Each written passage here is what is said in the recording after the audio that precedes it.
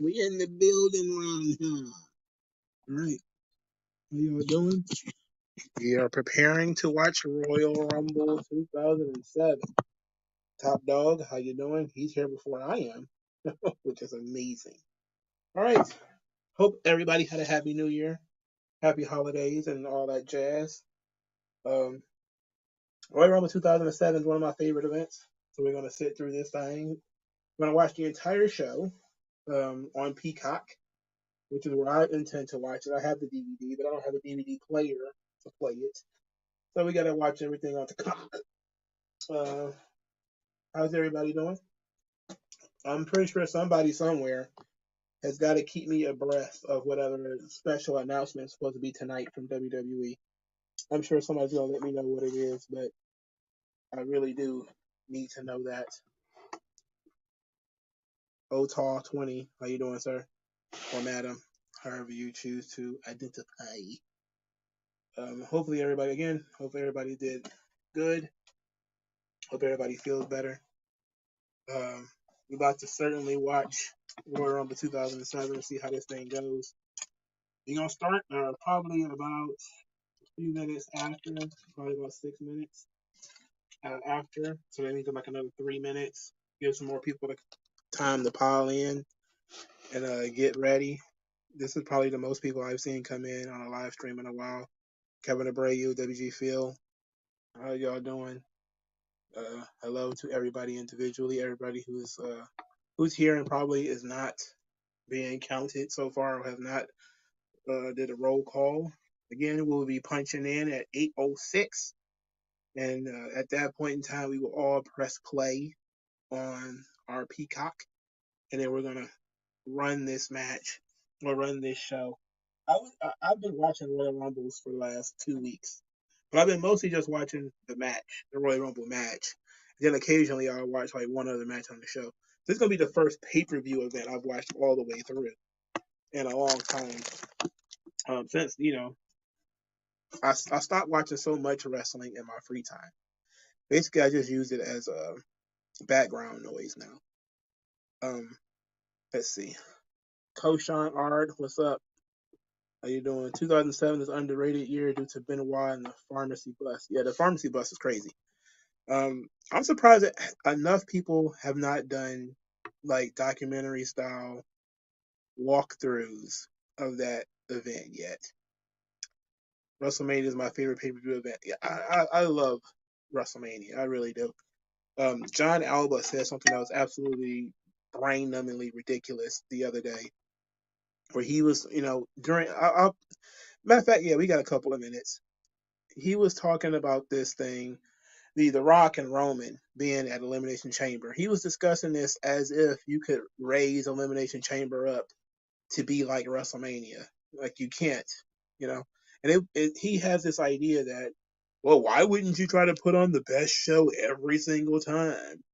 It's like when you do big things outside of WrestleMania, people don't even really remember them. You know, like the Shield Triple Threat, everybody claimed that they wanted. It happened at a B show. Nobody remembers it. The first Roman and John Cena match happened at a B show. People barely remember that stuff when it happens on B shows. That's the reason why WrestleMania is WrestleMania. You know, always. But now they're trying to turn everything into WrestleMania, and it's going to make everything less special. And it's certainly going to make WrestleMania less special. And doing the Rock and Roman in Australia at 4 in the morning is certainly going to diminish the match. I don't care what nobody say. There's nothing like everybody watching it together in the country. But all the Australians are going to be watching it. Well, great for Australia. This is a United States based promotion. If you're some ways inconvenienced, well, guess what? The main market is the United States. So denying the main market the most profitable match in history, well, I shouldn't say in history, in recent history, is pretty dumb and giving us, the B level stuff because you get the brand of. I would rather you do WrestleMania in Australia. I'm not even gonna say that because that's not right. Okay, we got it's 8:06, so we're gonna start this thing in 5, 4, 3, 2, 1. Press play. Okay, mine's booting up right now. Let's see here. For 20 years, the road to WrestleMania has begun. Ruthless Aggression has some of the best moments. I agree. We have entered with a dream. Coming to bring you 15 to 20 million of people only watching the Big Four. Elimination Chamber. Yeah. I mean, this is the idea that you can raise the stock of the Elimination Chamber by putting Rock and Roman in. And look, you probably could, but you're going to diminish WrestleMania because it's a lesser match.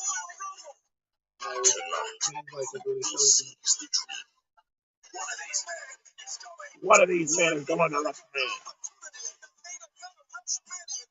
I wish Vince could do the voice. The time to rumble. It's time for the Royal. That's still my favorite. All time favorite. 30-minute over the top road battle royal. Mr. Kennedy versus Batista's on this show? Holy hell, okay. I thought they wrestled like Great American Bash from nowhere else. Oh, Casting Bobby Lashley? Oh, Young Lashley, too. And Umaga and Cena, one of the best last man standing matches in a long time. Okay, the timestamp is 1 minute 45 seconds. Coach R says John Cena versus Umaga in a street fight match is a match of the year contender in 2007. I agree. It was tremendous. It's gonna be a blessing to watch that thing again. After just watching John Cena versus Solo Sikoa a couple of weeks ago. Well, several weeks ago. It's not even a month now. This thing was great. This is a truly amazing event. Oh, brother. That voice. That's not Keith David, is it? All right, they're about to start playing music and stuff. Those of you who are trying to catch up, timestamp is 2 minutes and 40 seconds. 2 minutes, 40 seconds for everybody who might be falling behind. Royal Rumble 2007. It's on Peacock. Everybody can find it. The road to WrestleMania 23. The star power of 2007 was strong. Yeah. 2005 to 2010. Star power was off the charts. It was very good. Do you want to see wrestling or WrestleMania go back to one night? Look, I think eventually it will. I mean,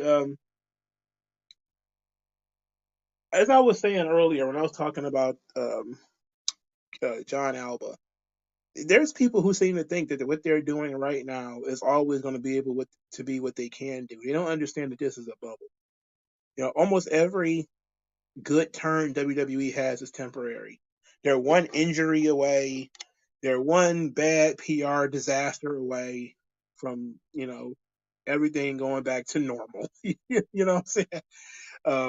So I think eventually, I don't know how soon it'll be, but eventually WrestleMania will be one night again. I don't think we'll have 10 two-night WrestleManias. Let's put it like that. I'm pretty sure eventually the thing's going to go back to night. Eminem, one of my favorite tag teams of the 2000s. Very underrated. I always liked Nitro and Mercury. They were amazing. Nitro, Mercury, Melina. They're amazing. They had some really fantastic matches with the Hardys. They tried to say that December to Dismember show. Woof! What an awful piece of business that was. Who are they? Well, I guess they are wrestling the Hardys tonight on this show. This is after Joey Mercury broke his face, so he must have been in the middle of his painkiller addiction at this point.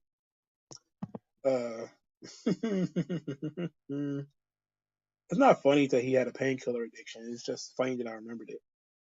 It's weird that they put those things that used to be on your belt buckles. They built them into their goddamn coats. I remember people putting those things on their belt buckles, and they used to be state of the art. It was like, I wish I had one of those things all the time. Then I started seeing them built into fur coats, and I was like, maybe I don't need this thing. Melina is gorgeous, gorgeous. I said.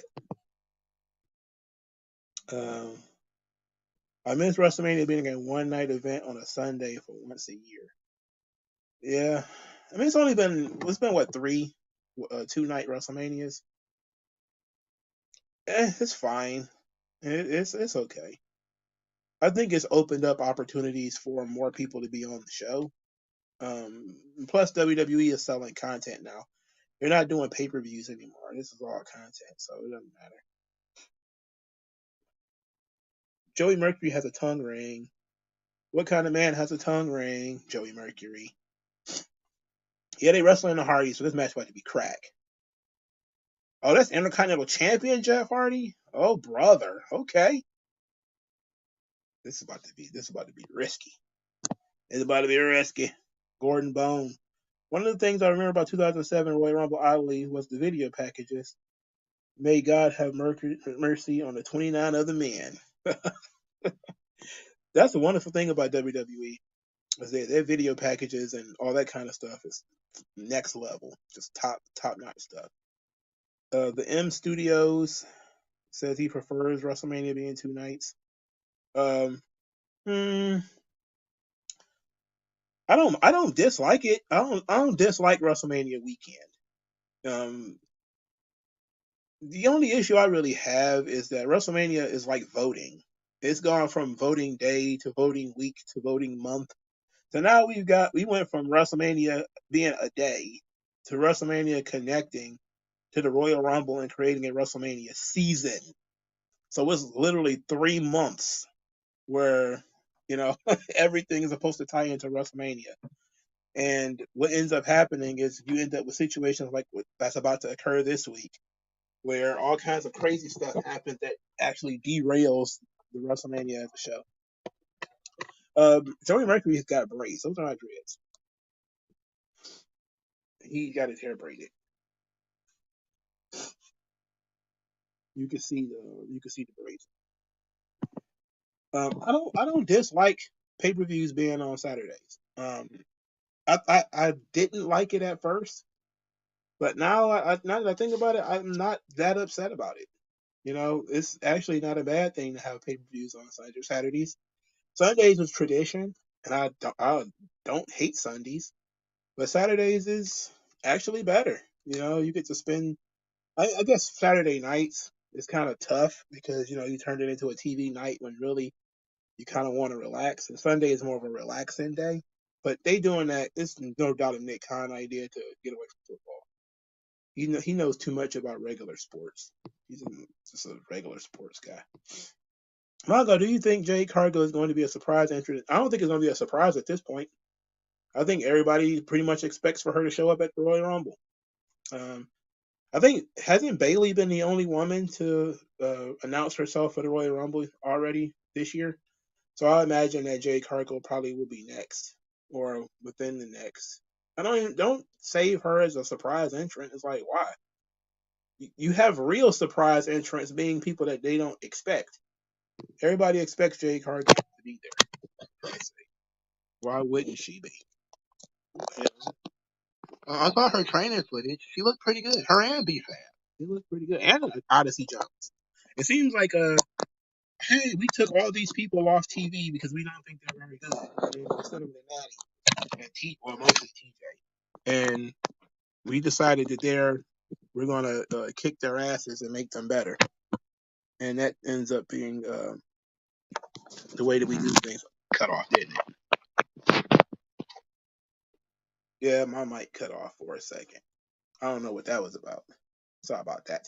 But I'm pretty sure y'all can still hear me. Just probably sound a little bit different. Um, but yeah, they got Jade and Odyssey Jones and B Fab all working with Natty and TJ Wilson in the second dungeon or the dungeon 2.0. So it must be a more extensive program than the performance center. You know, a little bit more intimate. But that's what they've always done that with their top prospects. They'll send them to a different program. You know, it's very strange because they used to do that with the Funkin' Dojo, where they had places to send people if they wanted you to train. They had developmental programs, but then they would send people like to Memphis or something like that. But then they would have the Funkin' Dojo, and they would send all the people they really wanted to make stars there, like Mark Henry and Edge and Christian. And Kurt Angle was there for a little while, and that was the point. Hey, this guy's okay, but he needs to freshen up. Send him to Memphis or something. That's what he did with Rikishi, J.R. Smooth or whatever. And he sent his ass to Memphis. He came back as a completely different person.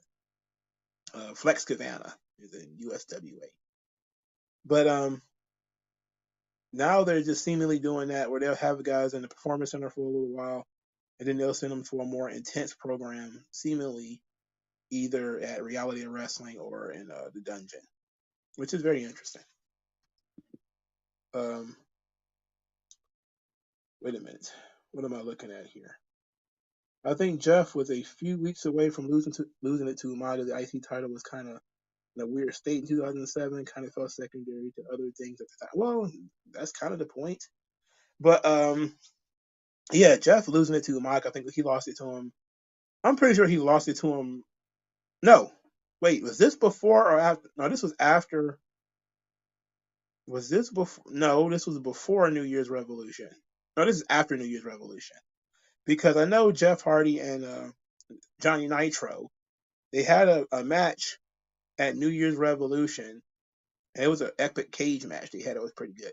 But I'm pretty sure Jeff Hardy lost it to Johnny Nitro, didn't he?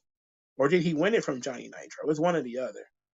And I remember him losing it to Umaga, but that was later because when Umaga ended up losing it to Santino. I think that was in like May or June of this year. I don't remember. Maybe somebody else can know a little bit more about it. But I certainly remember Jeff winning it from Johnny Nitro. That was epic. And I remember their feud, which was pretty good. A feud that featured almost no promos. I don't remember a single promo from that time. Saturday, how many people are going to watch AEW Collision or Royal Rumble? Well, that's unfortunate for them because they're the ones who decided to put Collision on Saturdays, where they could have put Collision on Thursday, where they could have put Collision on early on Saturdays. They could have put it at 6 o'clock, 6:05, similar to what NWA was trying to do on YouTube. You know, you wanna be the NWA not the predecessor, the ancestor. Yeah, the predecessor, because the ancestor means before, preda means after. Okay, you want to be the predecessor of NWA? Do 6:05 on TBS on Saturdays. You know, like what was that? WCW Saturday Night. They didn't have the balls to do that though. They think they could sell those ad revenues. I'm pretty sure it's not gonna. Who would win 2007 braided Jeff or 2008 face paint Jeff? I think face paint Jeff was on a different level. He was ready. He was ready to go at that point. That man was at the top of the business. I love face paint Jeff. The M Studios, it's crazy to think that it was supposed to be Triple H versus Cena 2 at WrestleMania 23, but Triple H got hurt. Yeah, what a terrible idea that would have been, right? Triple H giving himself 2 WrestleMania main events back to back. How shitty is that? You know what? He should have been less of an asshole and let Edge have that 2006 one. I mean, the 2005 one, WrestleMania 22. I think the heat was there. And I think that would have been a better match and a bigger match. But this Triple H forcing himself into the role. I'm going to carry the belt, and I'm going to carry the belt. I'm going to drop it to the new guy. Crazy how he did that twice, and then it didn't work. Every time he force fed his way into the main event, Triple H really fucked everything up. His only real natural main event was the match with Batista at WrestleMania 21. I could think of 100 people I could have put in every single Triple H WrestleMania main event that he was involved with. There have been better people to put in that spot. He definitely took Edge's thunder in 2005. So and he certainly didn't need to be wrestling Roman Reigns. I don't even remember what year that was. What was that? 2016. He certainly didn't need to be main eventing WrestleMania 2016 for Christ's sake. Why on earth would he be at his advanced big old age? He definitely should have found somebody to represent the authority, to carry the belt for him. It might have been a good job for Randy Orton. I'm not saying like, hey, more Randy Orton WrestleMania main events, but I guarantee you Orton versus Roman would have been much better than Orton than Triple H versus Roman. Highly unusual for you to do that. Kevin Abreu, NXT, why the women's championship match should not be the main event this week? Yeah, it should have been, but it was only 10 minutes. That's probably why. They made that match short as hell. You would have thought that if they was going to take Dragunov out of it, they'd have put the girls in the main event. But there was no heat because Blair Davenport won that dumbass Iron Survivor thing, and that wasn't no heat. There was no heat between them. Umaga beat Jeff at the Great American Bash. Yeah, I remembered that, but that's in like June. I'm pretty sure he didn't have this belt from January to June. That's 5 fucking months. I'm pretty sure he wasn't Intercontinental Champion that long. Not in this era. They switched that belt way too often. And plus, I think Rob Van Dam won the Money in the Bank. No, that was 2006. I was about to say I'm pretty sure he won Money in the Bank and had that match with Shelton Benjamin at Backlash, but I don't think that was this year. It was the year before this. It was in 2006. Gordon Bones says, I suppose what I mean is that the IC title as Jeff as the IC champion more for his matches with the Hardys and Umaga's time as champion for the Battle of the Billionaires. Oh yeah, well yeah, that's a fact. I mean, Umaga's first quarter of WWE in 2007 was pretty good. I think the drug issue is probably what derailed it and why they decided to do what they did in terms of him being the guy that's going to represent Vince in the Battle of the Billionaires, and he's going to end up dropping the belt to Santino, which was stupid. I mean, if you're going to have Santino win a title from somebody, why the fuck would you choose Umaga of all people? That should have been the death knell for that character right then and there. He should have started doing something different with that character right there. The moment he lost that damn belt to Santino, that the Samoan bulldozer, all that shit, all that stuff went in the trash. Because he already, this guy's a fucking fan or something like that. He was. I don't remember. I remember when it happened. It being quite disgusting. And I get it. You wanted to do something to avoid this guy suing you because Jim Cornette smacked him, but you don't do that to him. I did it with somebody else. Otar20 says the second half of the Ruthless Aggression era. Why isn't it showing up on the screen? From 2005 2007 was better than the first half of the Ruthless Aggression era.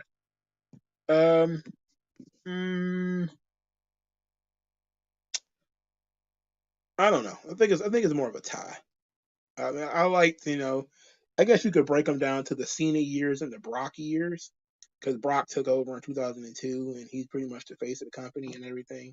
Even though he didn't want to be, he was pretty much the man. I hated Raw during that time, for Christ's sake. So I guess I will agree with you because Raw in 2006 and 7 is not as bad as Raw 2002 and Raw in 2001. I mean, that shit was awful.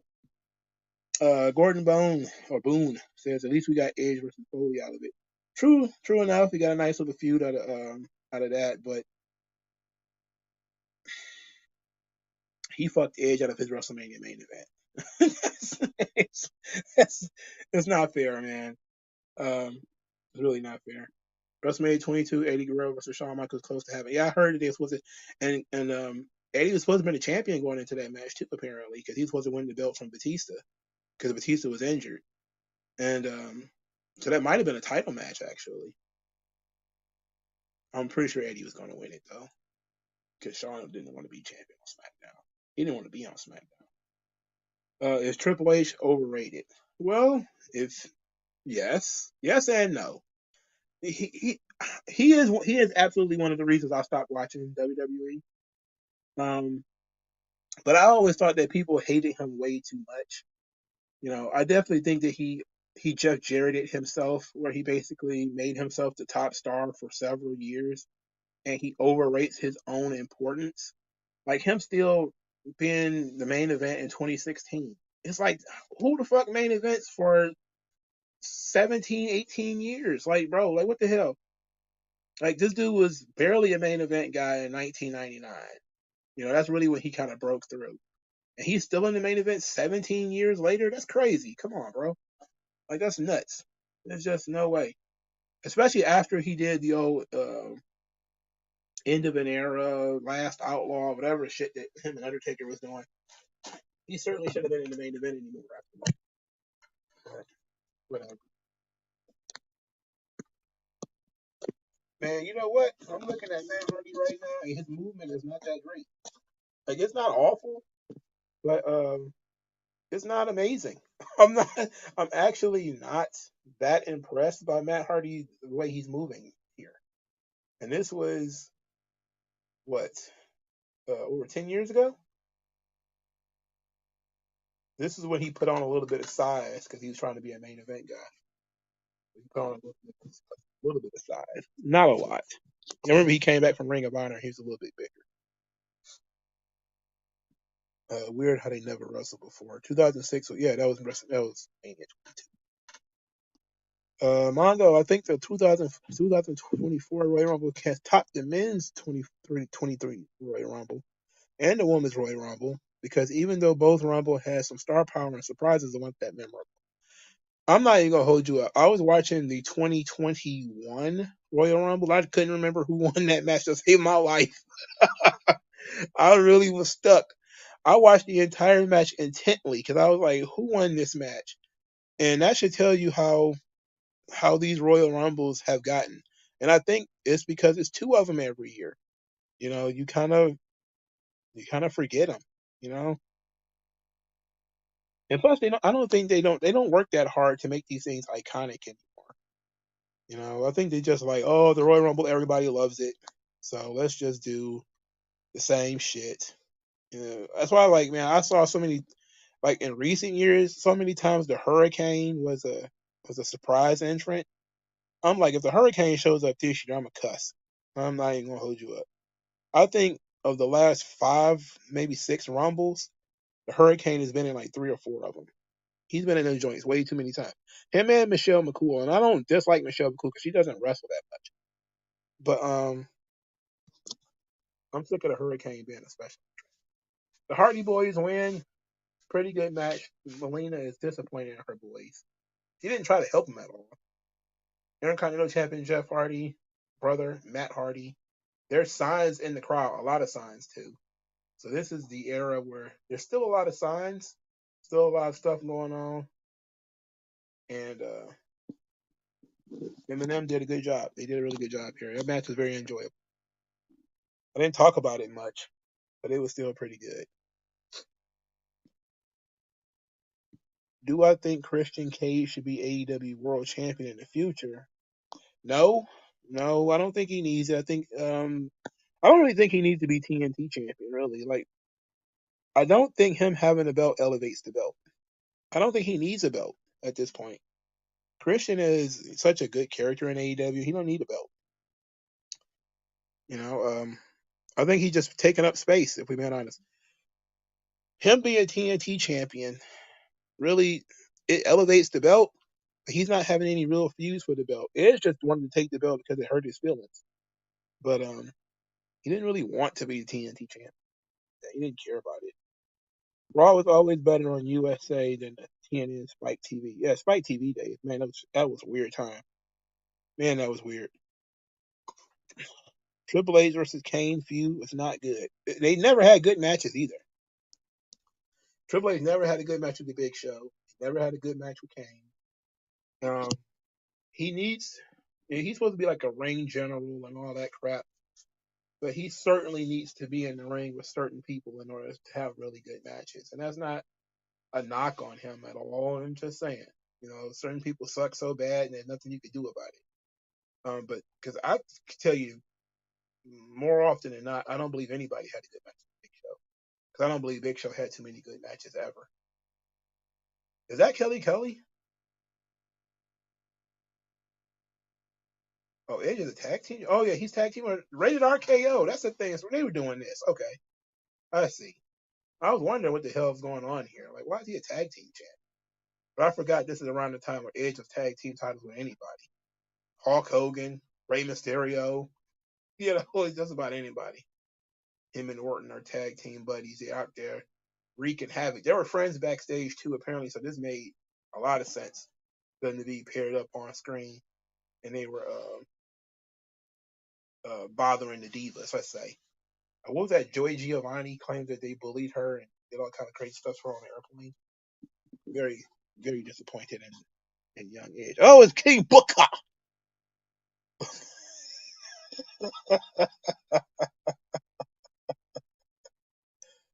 King Booker. Oh man, I should turn it up. I want to hear King Booker. Oh damn, I already missed it. Too late. But Joey Styles, great commentator. Didn't really need any help, but people are used to the two-man booth. Gordon Boone, only top rope moves I remember Hardy doing the 06 to 08 was the leg drop and occasionally the elbow. And on his opponent's head. Yeah, that's Matt Hardy. That's pretty much it. Uh, Sid should be inducted this year. Sid should be inducted this year, along with, I'm not sure, has Bam Bam Bigelow in yet? Because he should have been in already too. So it should have been Sid. It should be Bam Bam Bigelow. I think they're going to put some kind of ECW guy in there. People are saying that it's probably going to be Sandman, because it's in Philadelphia, and I think he signed a Legends contract recently. So you think the Sandman's going into the Hall of Fame? Uh, Look, I'm not a big fan of the Sandman. I'm not gonna hold you up, but I'm not against it either. Here's Now let's talk about Test for a second because I actually thought that he might be going somewhere, especially when they did the ECW brand and the roster was kind of light. It didn't have a lot of talent on it, and they were really pushing Test and Hardcore Holly, and it seemed like something might actually shake out for old Andrew Test Martin. Unfortunately, he was so roided up. I mean, he was roided up beyond all measure. I mean, Jesus, he was super roided up, and it kind of affected his in-ring style. If he'd have still been the same size Test he was in, like, who was that, 98, maybe 99, he might have gotten over a lot better. But this super roided up Test, I mean, he could barely fucking move. Koshan Ard, Edge, and Bianca Belair won the 2021 Men's and Women's Royal Rumbles. See, I think you're right. And you know what? What screwed me up is I'm sitting here thinking about this, and as I was talking about it, I was still trying to remember who won those matches. I was still trying to, because I'm thinking like, I remember 2018 they did a theme Japanese, so Asuka and Shinsuke Nakamura both won, and then I think it was 2022 when they went MMA, so Ronda Rousey won, and then Brock Lesnar, and every other one I was just kind of, I don't know who won, you know. Wasn't it Asuka? No, Asuka won the 2018 Women's Royal Rumble. Chris Benoit is the reason why WWE went PG. He ain't the only reason. He's one of them. Christian is 2 years away from retirement. I think it's less than 2 years. I think Edge said he's 2 years away, but I'm pretty sure he's less than 2 years away too. I don't think they're gonna make it to 2 years. I think they're eyeing 2 years maybe, but they don't think they're gonna make it. I also wouldn't be surprised if both of them have a retirement match in WWE, maybe even against each other. Now the actual Rumble match hasn't started yet. The time is 29 minutes and 20 seconds. So we're at the beginning of the ECW Championship match, Bobby Lashley versus Test. I miss drug dealing rock star Edge. Yeah, he was actually fun back. You know, this is back when Edge was still kind of unappreciated. He had been world champion and all that kind of stuff. But he was still kind of unappreciated. I really stopped becoming an Edge fan in like 2000, 2010, 2011, 2012. I was like, oh my God, they pushing this guy so much. God bless Joey Styles. He is tremendous. He is tremendous indeed. They're inducting Paul Heyman and Batista this year. Well, Paul Heyman is a definite. I think he's definitely going. But they definitely should have. Not having Bam Bam Bigelow in it is ridiculous. See it not being in it is ridiculous. Both of those guys wrestled in ECW too, so they should get put in. I mean, there's not too many ECW guys I would put in the Hall of Fame anyway. You already got one of them in there, Rob Van Dam. I'll probably only put two other ones, Raven and Sabu. No, Sabu definitely, and Raven definitely. That'd probably be it for ECW guys I would put in the Hall of Fame. I can't. Shane Douglas. Come on. I mean, yes and no. There's a good reason to put him in there, but mm, he's also kind of a shithead and kind of been a shithead for a long time. I don't know. But I wouldn't be mad if they decided to put Shane Douglas in. There's not a lot of ECW guys that will put in the Hall of Fame. I can't think of too many of them. Probably five at the most. I think they should just get some of them out the way already. Bam Bam is one. Heyman, of course. Raven. Um, and I'm really not even counting Bam Bam as an ECW guy. He was ECW world champion and all that stuff, but he's more of a WWF guy, clearly. Even though I know he wrestled in WCW too. He's a Northeast guy. The beast from the East. Come on, man. There's not a lot of ECW guys. Coach on RC Triple H's feud with Booker T was borderline tasteless, and Triple H using racial undertones against Booker T didn't help either. Booker should have defeated Triple H at WrestleMania 19. Well, even without the racial overtones, you probably should have had Booker T beat Triple H at WrestleMania 19. Either him or Shelton Benjamin. Like, why not Shelton Benjamin? Wait a minute. WrestleMania 19? Yeah, Shelton Benjamin wasn't even there yet. I was thinking of something else. He wasn't a solo act yet. I was thinking of what year was that when Shelton was getting really big and he got pushed? It was 2015, not 2015, 2005, maybe 2004, when he won the Intercontinental title. Like, I know that he probably wasn't going to be on the same level as Brock, and not Brock, but Batista and Cena and some of the other guys they were pushing. But yeah, I mean, to go back to the original statement, Booker T should have beat Triple H anyway. Why wouldn't he beat Triple H?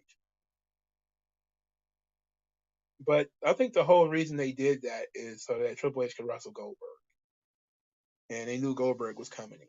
And they was having Triple H beat all the WWE World Champions, and that was sort of the stealth story. It was overt if you looked at it. Triple H wrestled everybody who came in from WCW and beat him. Scott Steiner beat him. Hogan beat him. Well, yeah, I think he lost to Hogan. He lost to Hogan. Yeah, he lost to Hogan, but he wrestled Hogan. Um, Jericho. Jericho wasn't a world champion in WCW though. I don't think he wrestled DDP.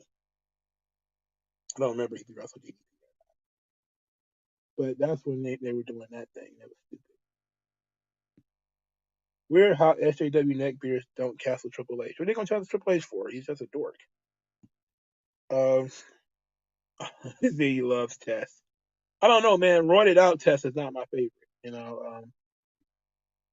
It's he's massive, bro. Like, um, for me, Test is peak performance was when he wrestled Brock at the King of the Ring. That showed me that Test had something. I don't know what it was. I don't know where it went, but there was something there. And I think it was him fighting from underneath against Brock that made it very special. But he was really good in that match.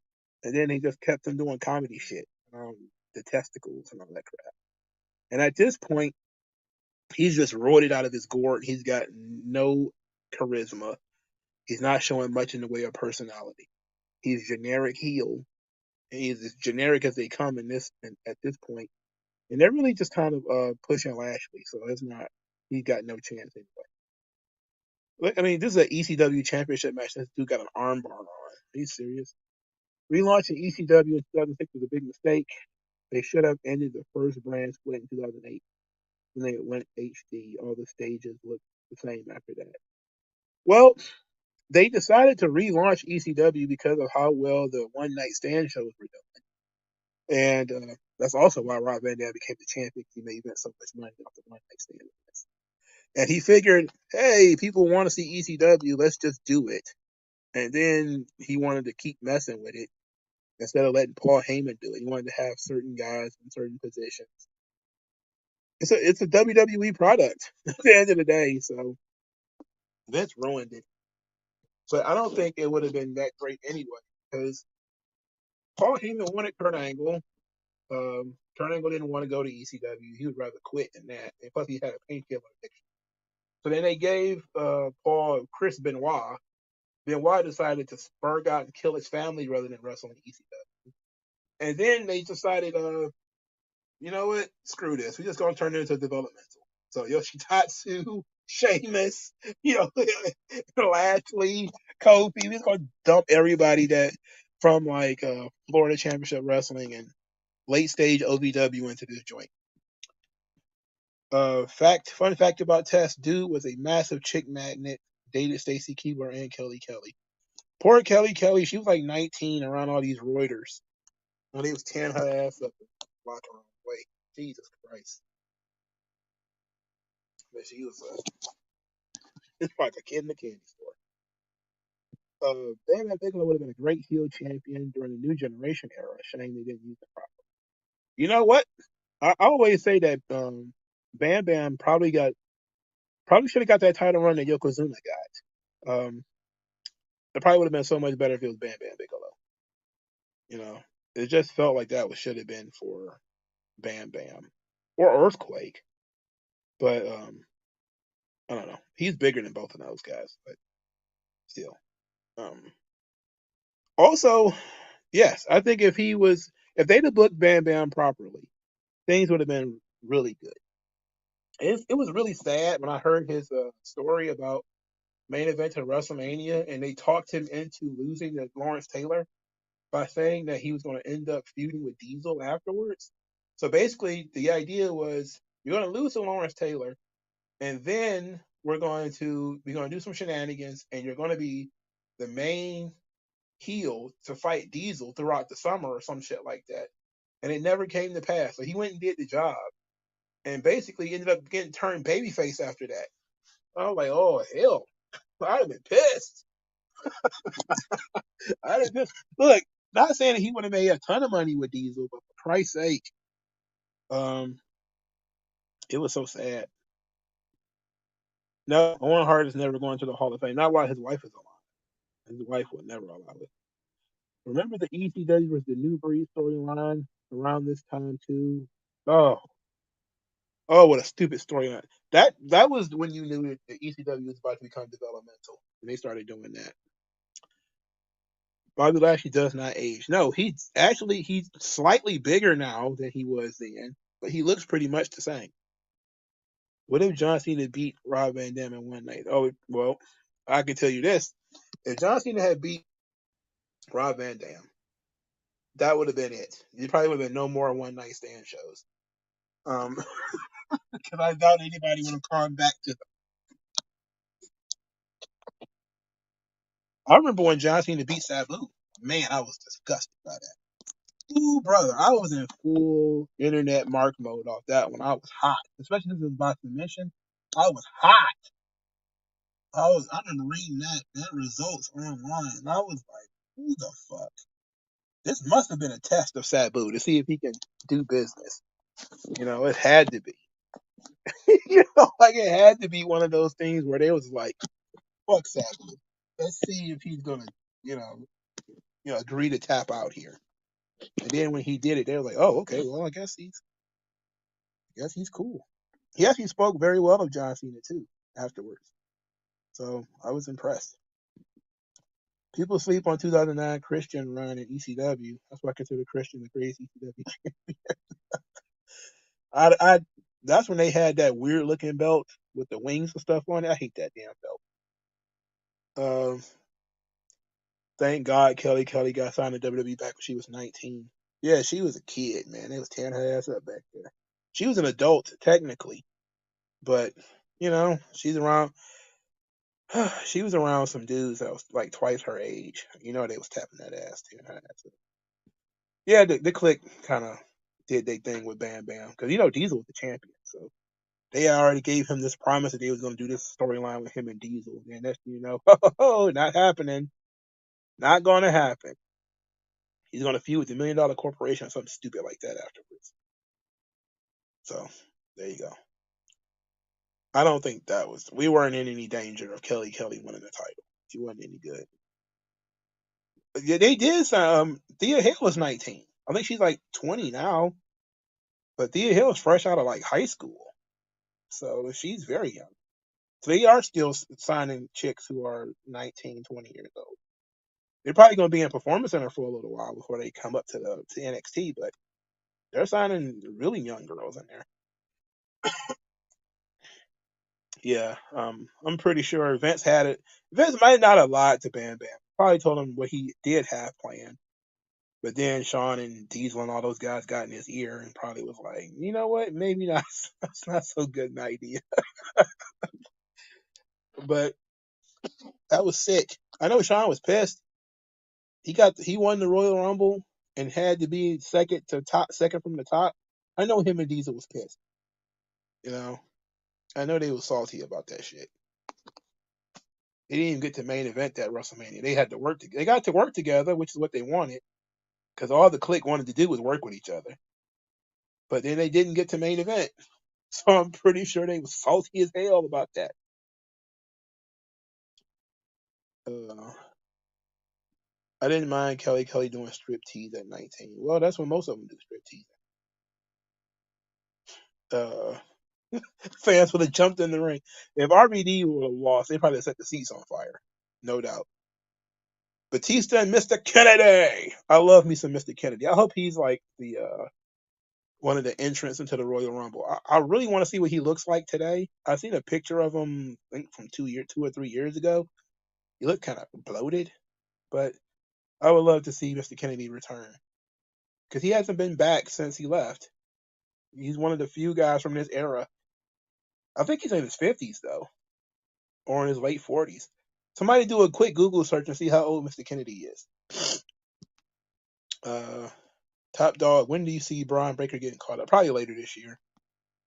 And there's really no reason for him to still be in NXT. Really, they're not doing anything with him, so why is he still there?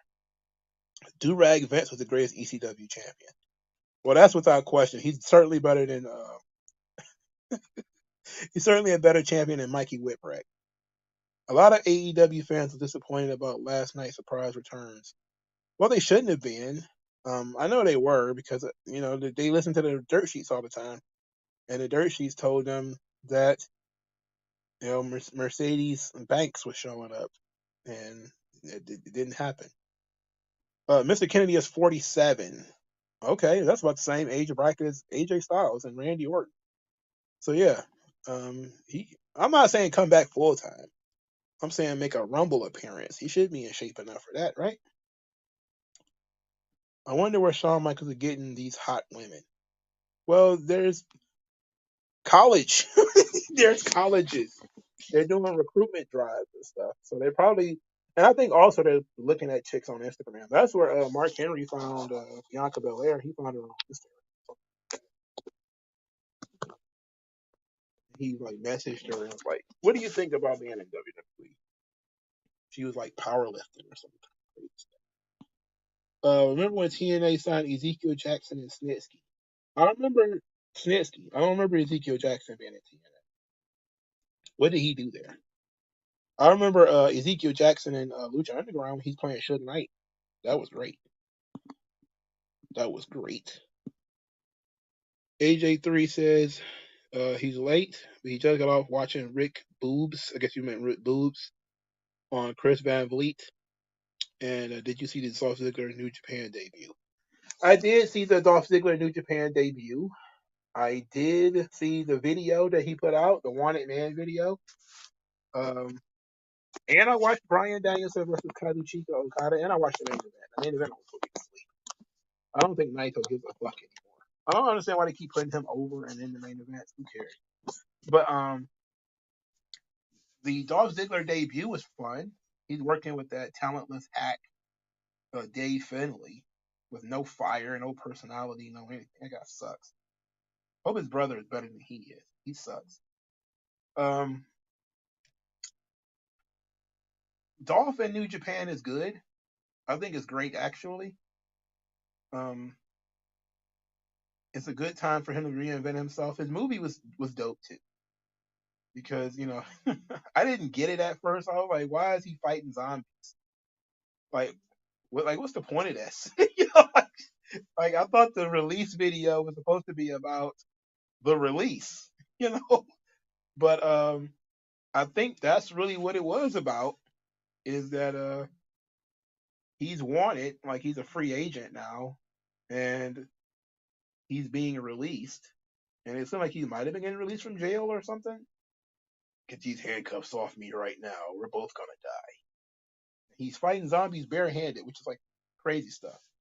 But it was a fun video. It was a fun video. I liked it. Was you a Tupac fan in the '90s? I was not.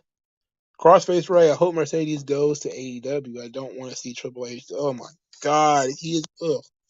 I'm telling you, he's gonna scrub her butt cheeks for her if you know. He been treating Sasha Banks like a baby for 10 years, bro.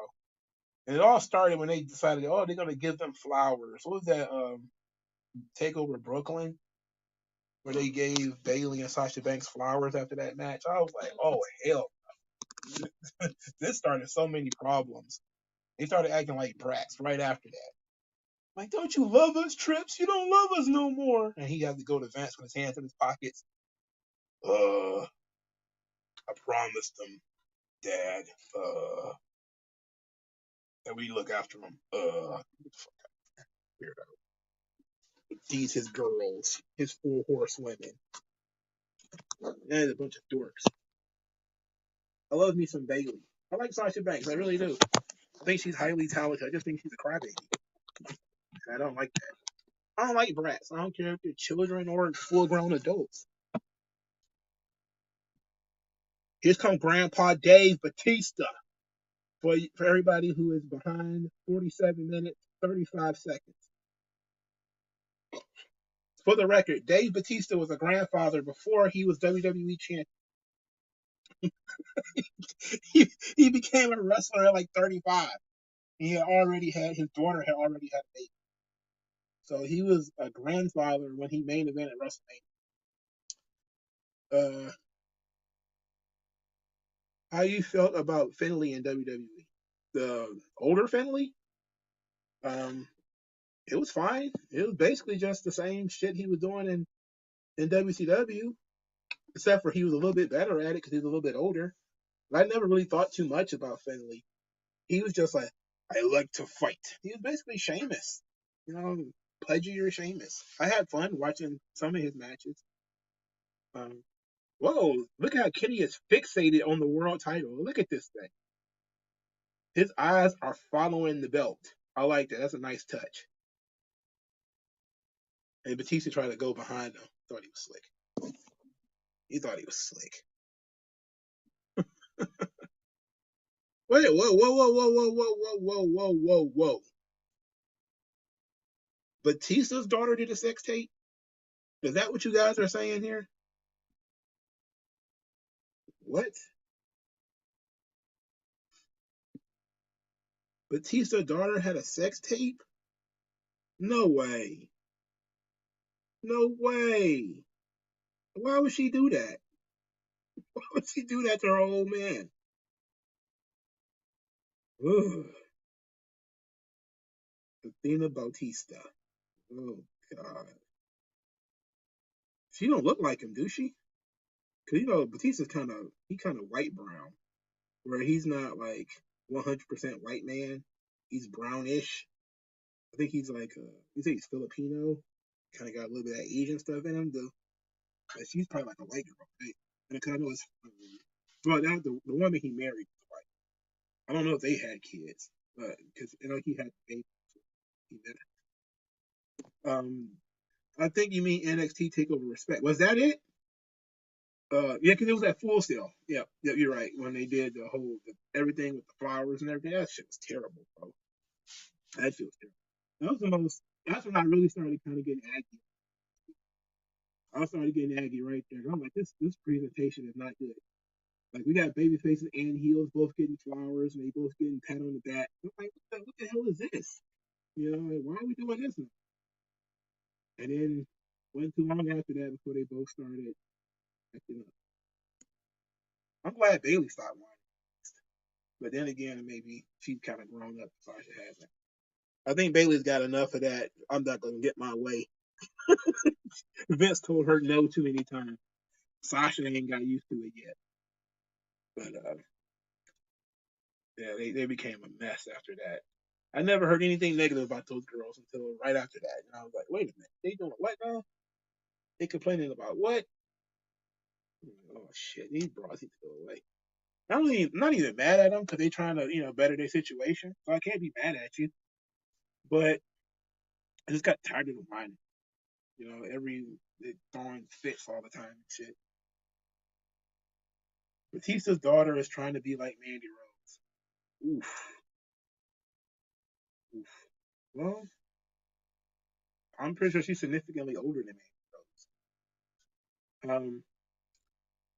Curtin called NXT back when Triple H was running it. Yeah, it was a disaster. I think they both was getting. Well, I think that's when Sasha got called. I don't think Bailey was still around. But besides Nikita Lyons, who do you think is the hottest woman in NXT? That's a good question. Um, it's a good question. I don't really have an answer because there's so many chicks there that are super hot. That Jay Gentile, she's still there as far as I know. I think she might have been gone now. I think she was super hot. Tatum Paxley is kind of cute. Gigi Dolan is hot, even though I find her to have almost no personality whatsoever. I don't get her personality. Um, who else? I'm pretty sure I can think of somebody else that would come to me. Bailey grew up in a Mexican house. I'm sure she used to be a no. I don't know if I told you guys this before, and I feel bad for saying it. But I watched what was that? An event from a couple of years ago, and Bailey has doubled in size. Like I mean, she's much wider. Like she used to be slim. Like she was still thick, but she was sort of slim. But now she's borderline husky. I don't know what's going on, man. I think that the pressure is off. I think she's starting to chill. She's not like super fat. Let's get on record. I'm not saying that Bailey is fat. I'm saying that Vince McMahon thought Liz Morgan was fat, and she was, because she had a belly. But and he made her disappear off TV for like months for her to lose it. And I can't imagine what Vince would think if he saw Bailey today and was like, "What is going on? Like, you, baby, what are you doing?" But I can't. But she's not fat. She just kind of. I think she just aged. She got a little older. It's harder to keep her shape because I know it was like 2 or 3 years ago and she was looking good, good. Now she looks good. She looks good. She don't look too bad. Here's all of the ECW champions in the relaunched ECW. RVD, Big Show, Bobby Lashley, Vince, John Morrison, CM Punk, Chavo, Kane, Tommy Dreamer, Christian, and Ezekiel Jackson. What an illustrious group of legends. Chavo Guerrero. I don't care what nobody says. Chavo Guerrero. I laughed when Chavo Guerrero won the ECW title. I thought it was fucking hilarious. I thought it was one of the more hilarious things Vince did. Funnier than putting it on himself was putting it on Chavo. They really just wanted CM Punk to go learn stuff. That's absolutely a move that you make when you're trying to test somebody and you want them to learn something. You want to put them in there with a legend or put them in there with a veteran. And you put the belt on somebody like Chavo Guerrero, and then you stick CM Punk with it. Like here, you are going to be in Chavo's back pocket for the next who knows how many months. And I'm pretty sure that was after was that before or after he feuded with John Morrison? It was afterwards. So I remember he bitched and complained. He's a brat too. But he was whining a lot about the feud with John Morrison, how they didn't get a lot of time on TV. WWE was telling him that, well, you need to learn how to have matches in 8 minutes and all that kind of stuff, 6 minutes or whatever. And he was, Ring of Honor, used to 30 minutes, 15, 20, 60, him and Samoa Joe. And WWE's like, we're not dedicating that kind of time to you. You got to get out there and get over in 8 minutes. Yeah, he was complaining about that. And then they started sticking him with Chavo. And then the matches actually got better, and they still weren't long. But his matches with John Morrison, the longer ones, was better than the shorter ones they did. But he was right when he said like they were two young guys who didn't really know what they were doing, going out there trying to have short matches and trying to do everything they knew how to do in 6 minutes or whatever, and it didn't look right. It's like at least he learned that it wasn't working the way that he wanted it to work. But I don't think anything was wrong, particularly with the Morrison Punk matches. I just don't think they were as good as they could have been. And they certainly would have better matches today than they did back then, even in 6 minutes. Oh yeah, Lola Vice is crazy. Oh yeah, she's crazy. I forgot about her. I keep forgetting she's there. I would like to see timeless Tony Storm in WWE. I think she'd be even more. Well, I can't say because when you look at how Vince would have booked it, she'd have been 99% more comedy than she is. She's already pretty comedic. Um, Triple H, it'd probably be similar. She used to be like super wrestler with the occasional vignette. Kennedy takes very weird bumps. He also kind of messed that up. He's still selling that leg. He's even hobbling when he runs. It's crazy how much Batista deflated over the years. Like he looks flabby and thick. He don't look nothing like this. Usually some guys maintain some size, even if they go into acting or whatever. He's just said, "Buck game. I'm a Hollywood actor." Whatever. Gigi Dolan's personality is hot topic goth.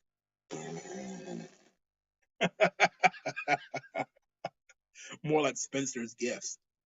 Um, Bailey had Mexican genes. She's like my age. They start plumping up around that age too. Too many tortillas and tortas. Yeah, it's I noticed that she's drinking a lot too. Like I think she just likes to party. That's why I call her Auntie Pam. She's like in her early to mid 30s, no kids. She's out here living life. Hanging out with the girls all the time. She's probably rich Auntie Pam. I'm telling you. Probably got nieces and nephews all up in that joint, tearing up everything in her house. She don't be paying no attention. Chavo just wasn't good. Yeah, there's nothing you can make Chavo. It would never work out.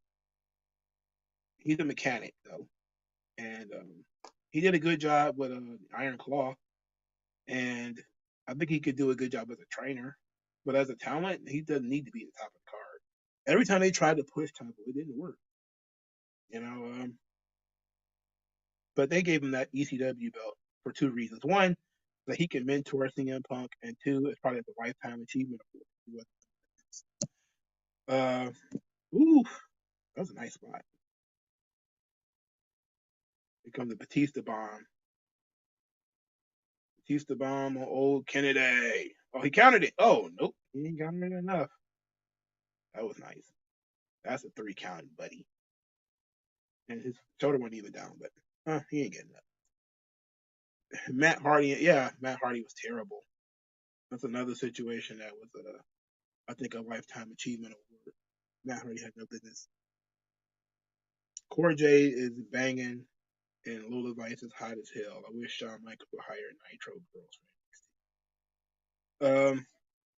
All the Nitro girls are old. They're all his wife's age. I would imagine they probably wouldn't be able to get away with doing a Nitro Girls type of thing on NXT. But I always wonder, like, why Chase University doesn't have cheerleaders. Like, of all the gimmicks in wrestling, that's the easiest one to work. Chase University is like really easy. You know, put a lot of the girls, especially the ones who aren't doing anything yet, put them in mini skirts and give them pom poms and all that. They could be like the Spirit Squad, except for female and female heel version of the Spirit Squad. And I guarantee you, there's a lot of girls in that locker room that have done cheerleading and stuff like that. I guarantee you. You could probably pick 3 or 4 girls back there who could be like a mean girls version of the Spirit Squad. You know, and that's just a free one. It'd have been a gimmick for a couple of them. And it also been a nice little throwback. You know, like male cheerleaders is a heat getter. Man, that's heat.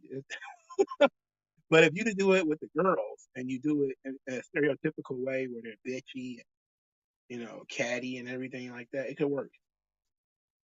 That's an easy gimmick you could do with Chase University. Top Dog hates how Triple H books. I do too. I hate his taste more than anything. I'm telling you, NXT. When I saw Johnny Gargano and Adam Cole, I played one of those events. I was reading something. I don't remember what it was, and I let NXT. I forget what event it was. I let it run, and the first match was like the Viking Raiders versus Ricochet and Aleister Black. And I was like, what the kind of? Why would you book this? I mean, completely out of context. I'm looking at this like, why does this match make sense? What's going on here? And I think the main event was Adam Cole and Johnny Gargano, and that match made me want to throw everything out of my window. Oh hell no, it's Kevin Thorne. That's Shelly Martinez too, right? I remember when I saw her on TNA, I think it was. Oh, Kevin Thorne. Jesus, that girl's hot. She got some big titties. It's Coach. His big bald brown head.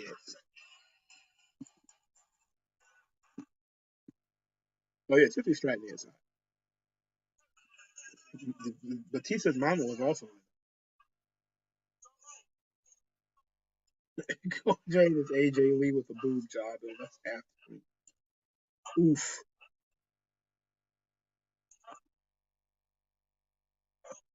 I'm not a big fan of this one, so I hate midgets. It's sad that Johnny Ace, Vince McMahon, and Kevin Dunn are gone, but Triple H is trying to replace them with his guys like Shawn Michaels and Terry Taylor. Terry Taylor he's never going to be with everybody. He worked in WCW, he worked in TNA, he worked in WWE. Terry Taylor, I know he also worked in the developmental system. I get it. Terry Taylor. Sorry. Thoughts on the main event, Mafia and TNA. Thought it was fun.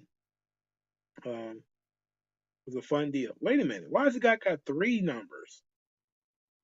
You're only supposed to take one, big guy. You lumbering moron. Oh, he just dropped him. Oh, that's the disrespect. So disrespectful.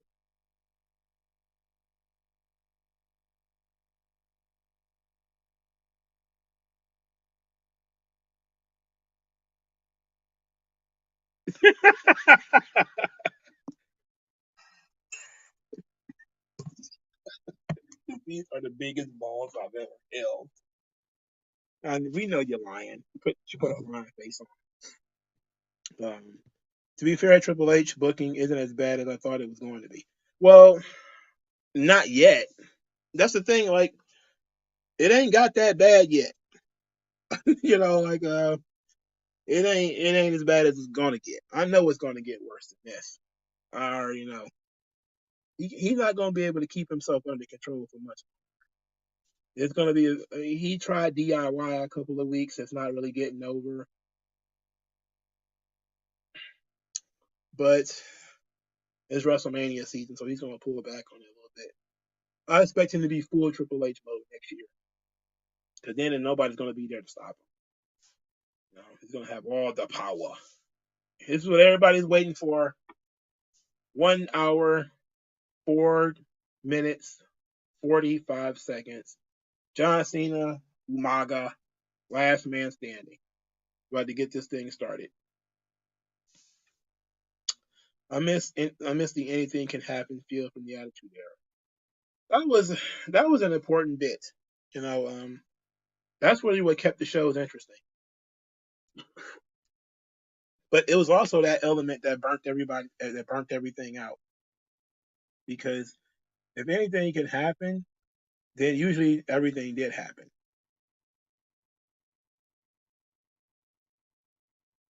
Cena steals a win from Umaga with a roll up.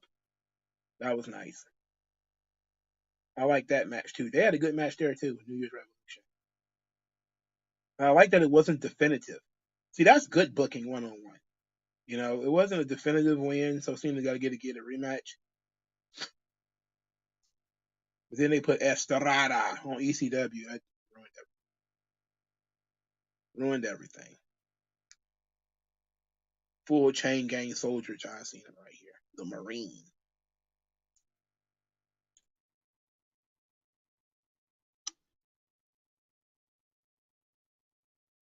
I'm trying to follow the story on. I'll turn the goddamn audio.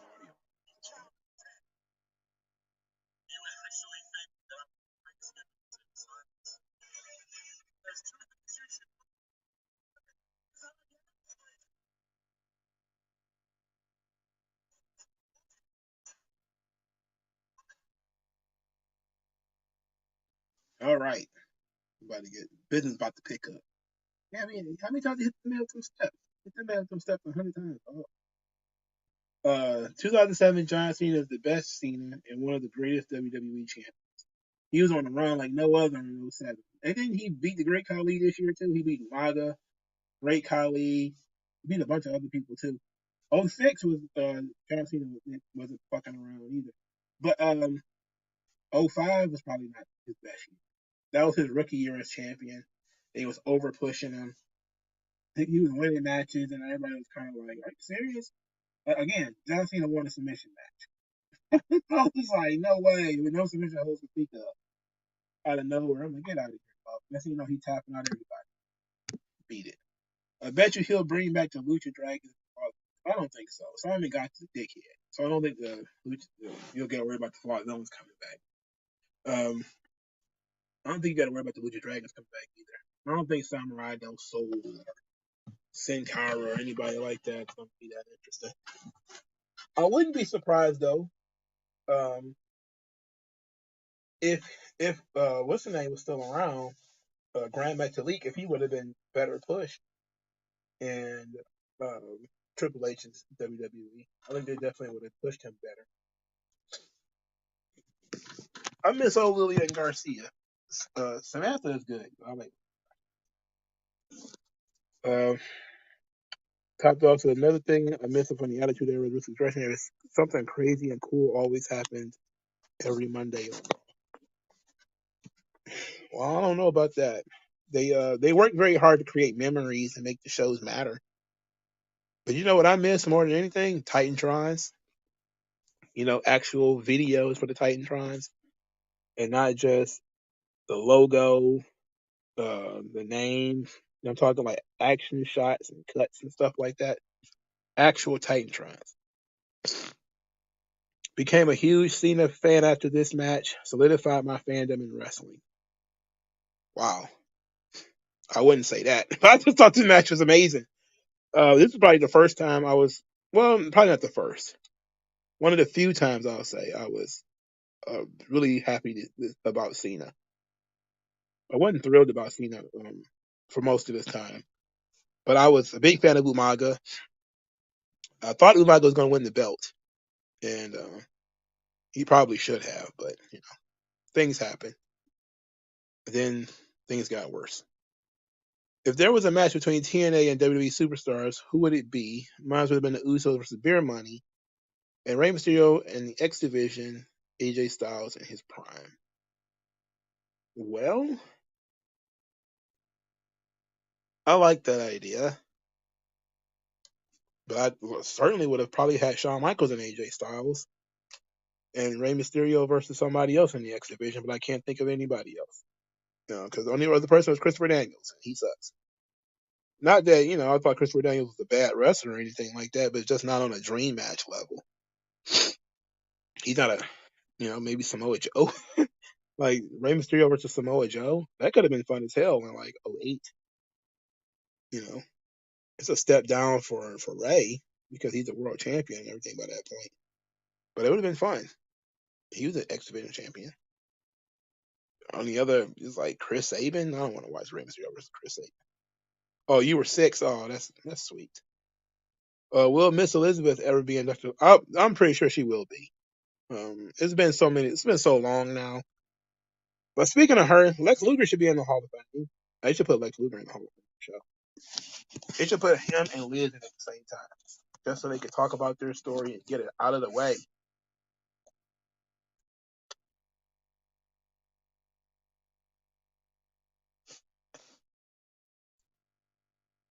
I definitely think that Liz and Luger. If I was gonna do the Hall of Fame, it'd probably be Luger because he's alive. Sid still alive. That would be my two main ones because they're still alive. Uh, for the women, it'd probably be Victoria. Um, then I would do Bam Bam, uh, Demolition, but no Crush. Just a 2-man Demolition, not a 3-man Demolition. And for the sort of what do they call it? What do they call it? Not the Legends, the Legacy wing. I'll probably look more towards putting the women in, putting more women in. 'Cause I'm pretty sure you could find some more women that you could put into the Hall of Fame. I can't think of any guys off the top of my head that aren't in the Hall of Fame that should be. I'm talking pre-WrestleMania guys. Remember Lance Cade and Trevor Murdoch? How could I forget? Trevor Murdoch has been built like Eddie Kingston his whole life. MS Studios, remember Undertaker chose John Cena as a WrestleMania opponent instead of Batista. Yeah, well, I think that would have probably made them a lot more money, if we're being honest. But they had plans in there. As plans go, plans will go right. And I don't think they wanted Cena to lose. They didn't want to beat the streak, so that wasn't going to happen. If they were purely capitalistic and didn't care about story, that's probably something they would have done. With Cena Undertaker in 2008 or 2007 or something like that. That's kind of how they run in the business now. Timestamp: 1 hour 12 minutes 55 seconds. 1 hour 12 minutes 55 seconds. Umaga's punches Cena in the head. Well, forearm is Cena in the head. I hate forearms.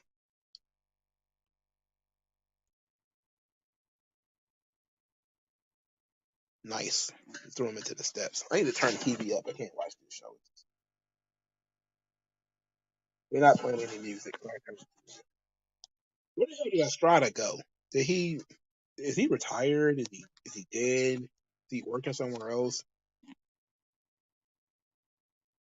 That red hat guy right there, he was just like Vladimir. I still see him at every wrestling show. You know who I'm talking about? Red hat guy right there in the blue shirt.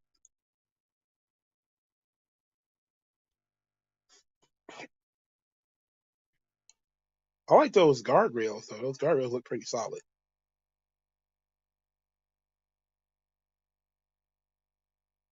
Sucks that newer fans can't celebrate Owen Hart.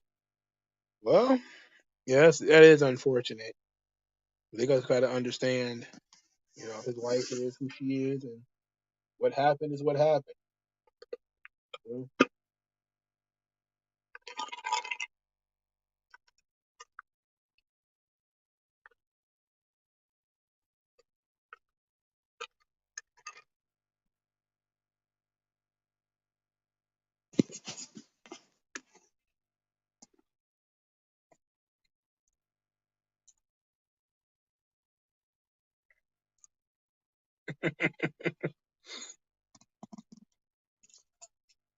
I don't think Lashley was ready for that match anyway.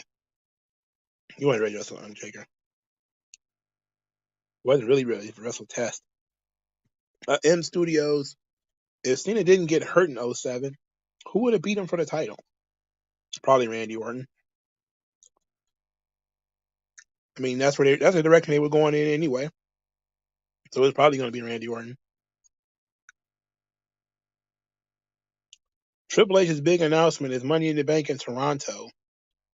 Natalia push incoming. Oh, they announced that earlier. They're doing 3 shows in Toronto. It's SmackDown, Money in the Bank, and NXT. They're doing all those shows in Toronto. They announced that earlier today. What the hell was the point? Why would they suggest that all of this is going to be some kind of big game changing thing, and then they went and announced it earlier? No Mercy '07. Was that Undertaker and Mr. Kennedy on that show? I think it was Kane and MV. No, that was Armageddon. That was Armageddon. I think it was Armageddon 6. Armageddon '06. But I was thinking of MVP versus Kane in an Inferno match, and Mr. Kennedy versus Undertaker in First Blood match. That's my favorite solo brand pay-per-view. I love that show. But I'm pretty sure that's not the show you're talking about. Run down the match listing for No Mercy '07. I'll probably remember it if you give me the main events.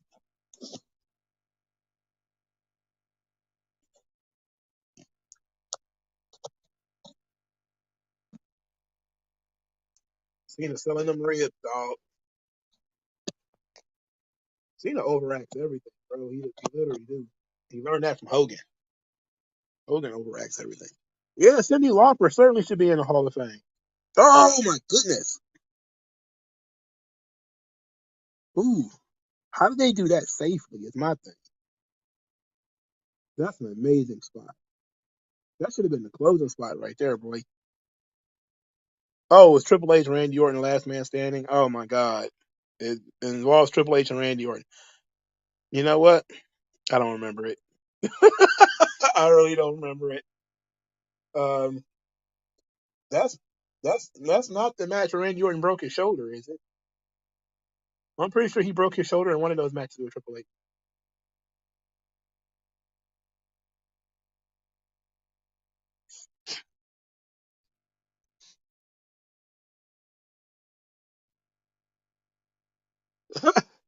Um, remember when Randy Orton talked a lot of shit about NXT Black and Gold?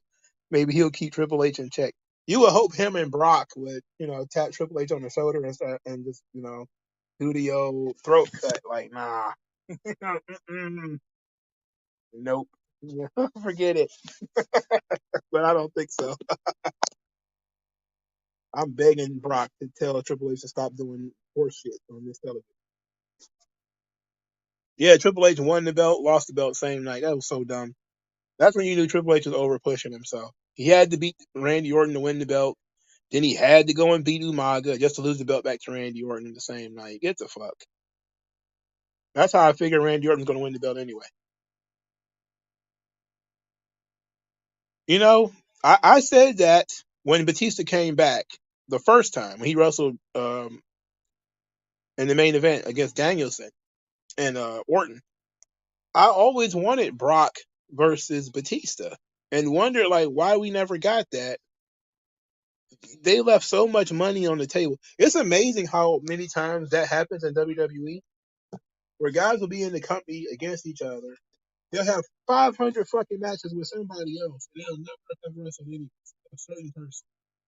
Like Undertaker and Sheamus have never wrestled, to my knowledge. How long were they in WWE together? The Undertaker never wrestled Sheamus. How could that be possible? You know, just like Batista and Brock never wrestling each other is crazy. And I get it. Brock was, Batista was gone when Brock was there. Brock was gone when Batista was there. I get it. But there was an opportunity where there was some money on the table for those two to wrestle each other, and they just kind of like, no, we're not gonna do it. Like that's crazy. That's why wouldn't you never do that? Like I don't understand. And I know they do sometimes they do weird things and it's on television. Like they never had a serious Undertaker Chris Jericho feud. I know they had matches on SmackDown. But they never had a feud. Guys were in the company together 100 fucking years. Never had a feud against each other. You would think that you could have printed money with Undertaker and Chris Jericho. They never did it. Not you would think that would have been something to do at WrestleMania. Like that could have been fun. They never did it. I'm pretty sure there's some guys avoiding each other back there. They don't want to wrestle each other, but and I know sometimes you got eternal baby faces and eternal heels and stuff like that, and they never cross paths. But you had Undertaker wrestle Rey Mysterio. He never had a match with Eddie Guerrero 1-on-1. Like that's sick. Like what the hell? He had 2 or 3 matches with Rey. It's crazy that we never seen Triple H versus Rey Mysterio, and Undertaker versus Eddie Guerrero, or John Cena versus Ric Flair. It seems like John Cena versus Ric Flair I understand, but because of Flair's age, but you certainly could have done that on TV. Undertaker and Eddie Guerrero were literally on the same brand at the same time and never wrestled each other before. I just don't get it. And Triple H versus Rey Mysterio seemed like it would have been a natural match, especially after Rey won the Royal Rumble. It seemed like it would have been perfect.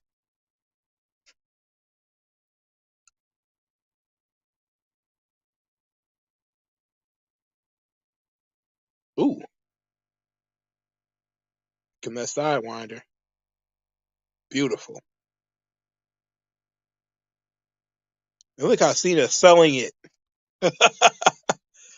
Yeah, at least we got Lashley versus Brock. They didn't get to go ham, but they touched. They touched at least. At least they got booked against each other.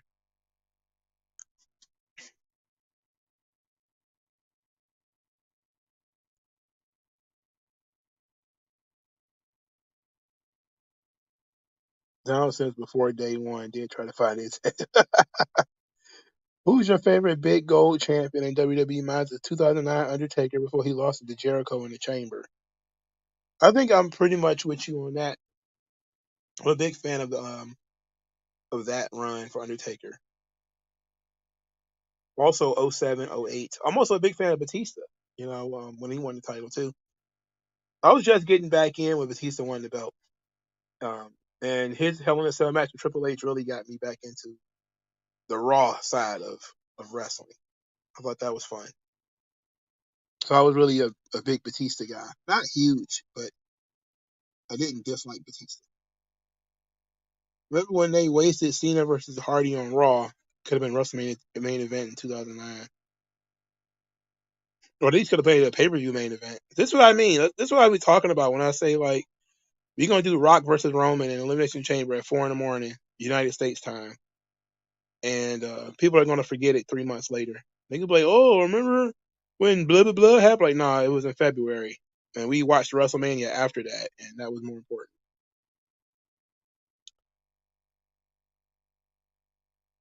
Triple H versus Rey Mysterio, yes. I don't think Triple H wanted to do the job, though. I don't think he wanted to do the job. He was going to avoid that job like plague. I wouldn't be surprised if he wouldn't have beat Cena in 23. He would have probably won the belt back. Jericho was a great champion in '08. Yeah, he was. That's when they did the heel turn with him and HBK, and they had that lengthy title run. That was pretty good. They had that. A lengthy feud between the two of them. That'd have been fun. I can't believe he did a 5 knuckle shuffle on the steps. That's crazy. Oh, Cena. Ugh. Good psychology though. His back injured. He leaned forward and smashed himself into the steps. Poor Mike Chioda. You got to handle this match.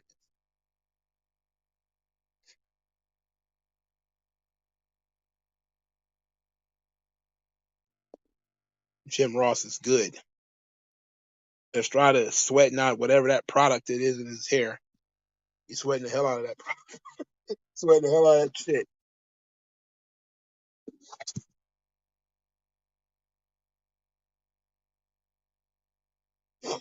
Oh, now Cena's busted open. Cena's busted open. He's wounded. Look what he's doing with his legs. What he's doing with his legs? He's wobbling. Oh, this is amazing. Yeah, Cena Umaga last man standing. I hate it when Triple H beat Orton for the title in '04 when Orton just won it. Yeah, they was punishing Orton for his backstage shenanigans at that point, and I think he probably was in some other kind of trouble. And also, Triple H was flexing his muscle. He wanted to continue his feud with Shawn. No, he didn't wrestle Shawn. That was before Orton. I was tripping. He did beat Orton again at the Royal Rumble, though. But I think he wrestled. Who did he won the belt from Orton? And then that's when they started the Evolution feud. And Orton had to fight Ric Flair in a cage match. And then after that, Triple H had lost the belt by then.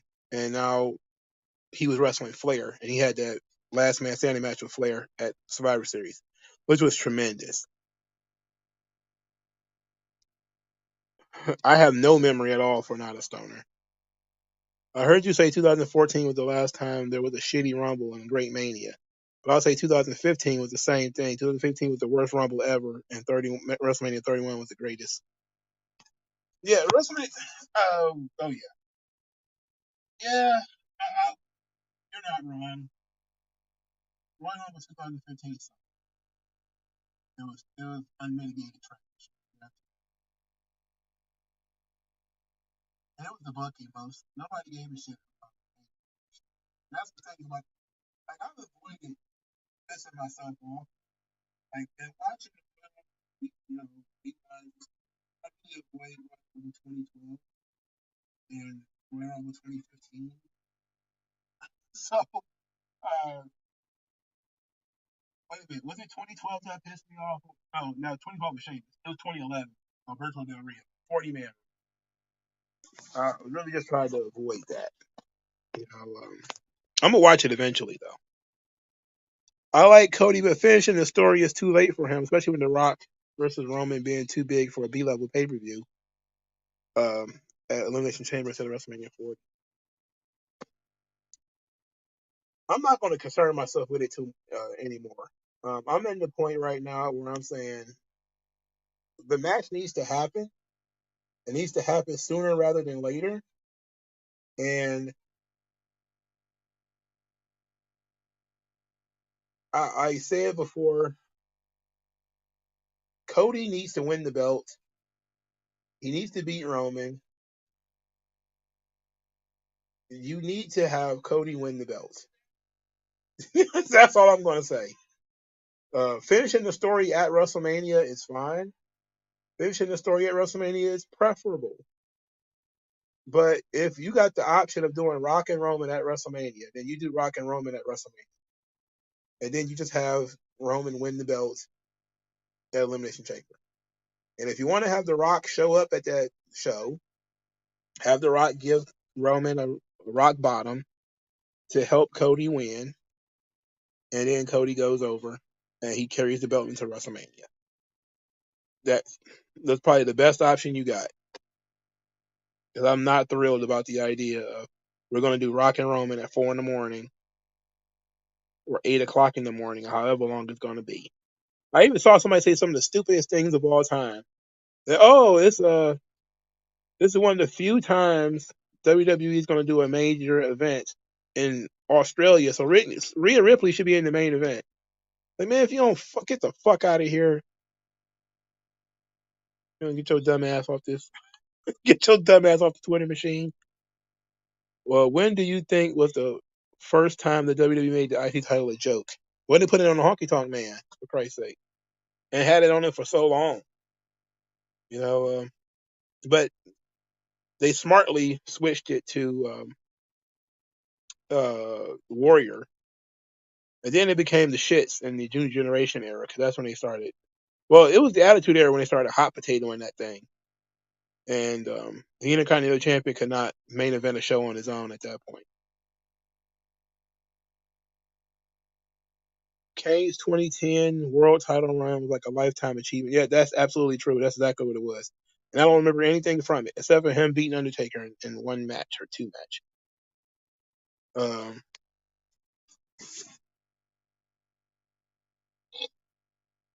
don't remember anything from that.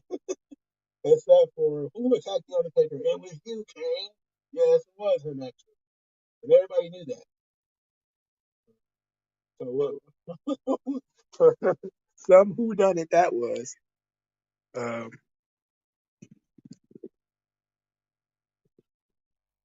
this is amazing. It's crazy that he's supposed to be Samoan bulldozer, not literate, and then he comes up with schemes. He's scheming here. The Estrada's moving the goddamn monitors. Oh, ooh, brother. Oh, brother. Kane should have been champion in 2003 after he unmasked. Yep, that's exactly what should have happened. That's exactly. He should have been unmasked, and they should have made him more violent, vicious, and he should have beat Triple H's monkey ass, squashed him, and won the belt, and been champion when Undertaker came back in '04. That's what should have happened. And then Undertaker won the belt back in '04. Triple H wasn't doing nothing important at that time anyway. I feel like M Studios says, I feel like the Attitude Era was when titles didn't mean much and was passed around a lot. That's exactly what happened. That's why people don't take belts seriously now. Oh, shit. That's why people don't take belts seriously now. You know? Oh, this dude is. I was wondering how they get the turnbuckle down. So Estrada's taking the turnbuckle apart. He's taking the fucking ring apart. And nobody's paying him any attention because why would you be paying this guy any attention? He's not doing shit.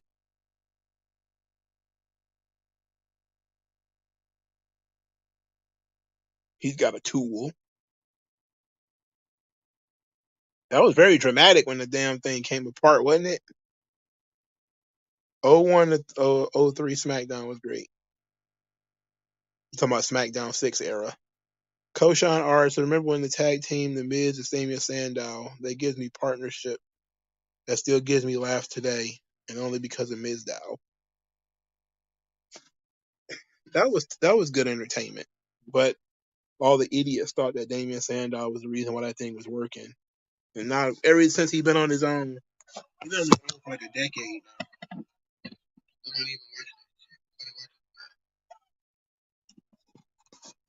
Oh, brother. F you. The crowd is going nuts. STFU. Put the rope around the throat. There we go. The crowd is going ape. Listen to the crowd. Look at Cena's face. Yeah, look at Umaga's face, for Christ's sake.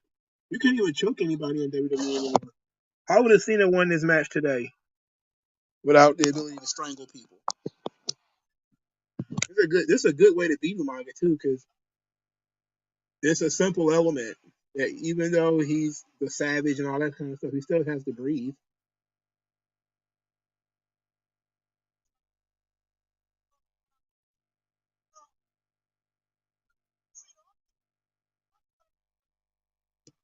What's this? Kane should have also been champion in '98. Oh, that's not. I don't even want to talk about '98. I don't want to talk about that. Oh shit! He got right back up.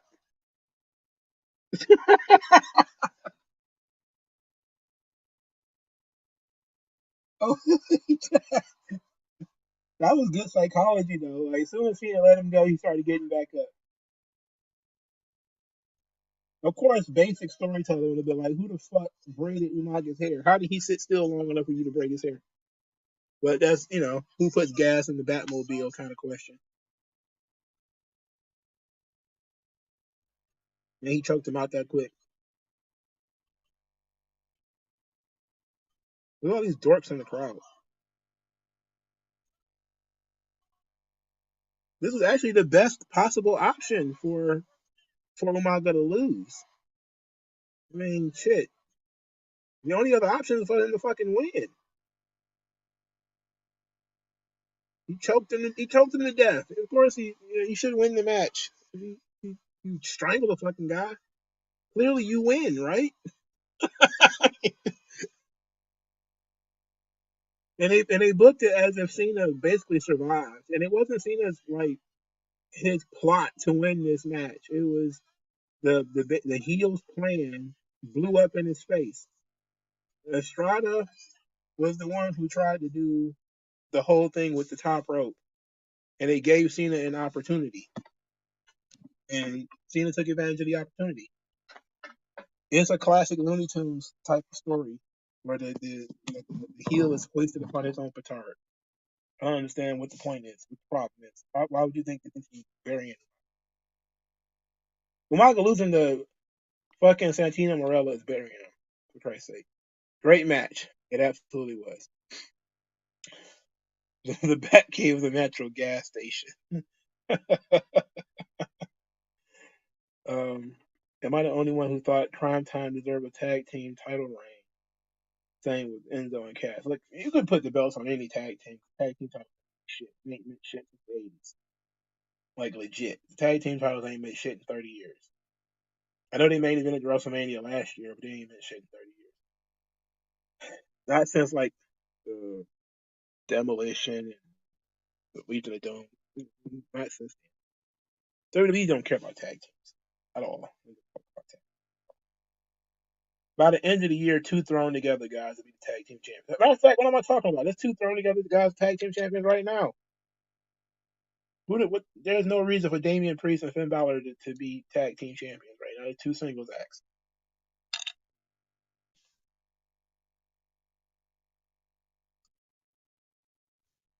The champ is here. Do, do, do, do. Do, do, do, do. Do, do, do, do. Do, do, do, do. You know what? I didn't realize it until yesterday. I know a lot of people are going to say, "What do you mean?"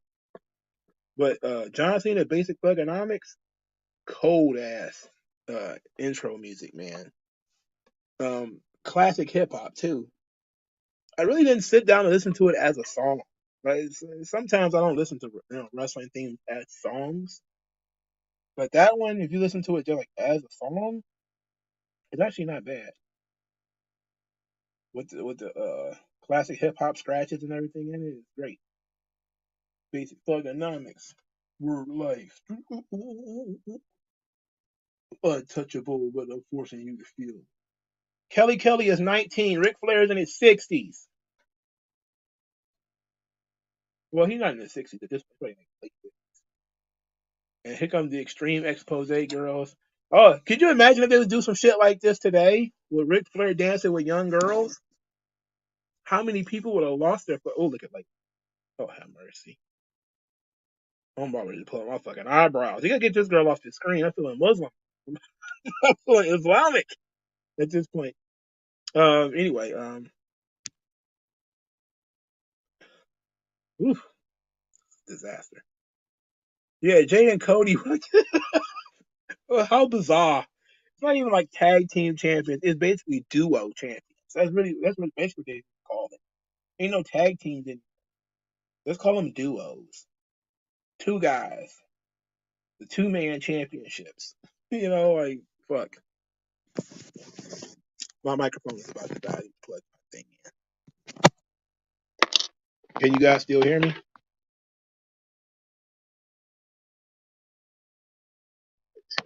All right, there we go. Can you guys still hear me? Oh, I gotta turn this damn thing off. My discipline is unforgiving. Got you backing up in the defensive position. Ass kicking anthem. Heavyweight of ransom. Hold the mic for ransom, the microphone phantom.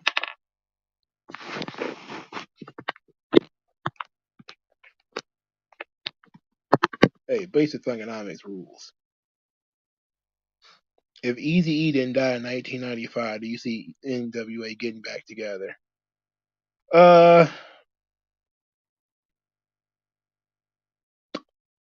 Nope. I don't think Dr. Dre didn't seem like the kind of guy who would have went backwards. It just don't seem like that would have been. And plus, they said so much personal shit. I think they took that stuff personally. They probably would have got back together by like, if Eazy was still alive today, they probably would have got back together eventually. But like, for like reunions and stuff, they would have got back together. Because pretty much everybody gets back together once they get into enough arguments and enough time passes. Wu Tang and Bone and pretty much everybody eventually like, we got to get this money. Let's shut up and hold your shit in for several weeks while we could do this tour, and that's it. So it probably to that degree, yeah, but that would have been a few years off, I think. NXT has no catch crew faction. Look like three random guys. Yeah, and you still don't understand what the fuck the point is of this. Like, what? At least Gulak, you've I guess shown that he's running a school or something to that effect. I don't know, but it is kind of random. I don't think Dr. Dre would have done anything with Eazy anymore. I just don't see it.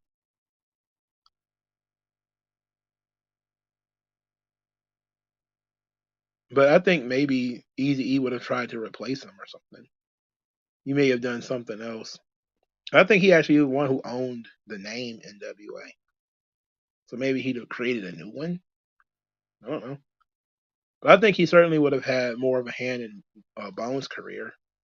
And he might have fucked around and tried to turn them into the new NWA, which probably wouldn't have worked out for him. But whatever. Damian Priest was the United States champion. Hey, I forgot about that too. Thanks for reminding me. I also forgot that he wrestled Bad Bunny last year. I just keep saying Bad Bunny's entrance, and it was almost nothing about who he wrestled at in that match. Just how nutty his entrance was, and that was still one of the greatest entrances ever. And they played a different song than he usually played. He usually played a Booker T. He's playing Shambeya, which is a much better song, by the way. Easy E most likely reconciled with Ice and Dre before he died. Uh, I'm pretty sure he talked to them. I'm pretty sure he talked to him, but only because he was dying. I don't. If he was still healthy or whatever, they probably wouldn't even spoke to each other. I mean, they all was pretty much busy with their proteges at that point. I mean, Easy was doing stuff with Bone and Dre. Well, Snoop had gotten away from him by that point, but he was. I think he was starting to begin work with Eminem. I forgot when Eminem got signed. I think Eminem got signed in '96 or something like that. So it was around that time. And Ice Cube had did the Bomb Squad. He was doing movies. I don't think it would have. I don't think they would have spoke that much if Easy was still alive. They probably would have had no reason to speak to each other. You know, they needed someone to die. Yeah, they needed somebody to get sick or something like that. Because those dudes, man, they had done so much shit to each other and said so much shit. There was just no way they were gonna continue being friendly after that. There was just no way. It was a business relationship anyway. They weren't even friends. Not really. You learn the story of the NWA, man. It was a business relationship. They weren't friends. They didn't hang out. Like you said, it's, it was Dope Boy, Easy E, and some guys he paid to hang around with him and rap. That was pretty much it. And Dr. Dre was already doing music before he met them guys, and he was doing that whatever that weird funk shit he was doing.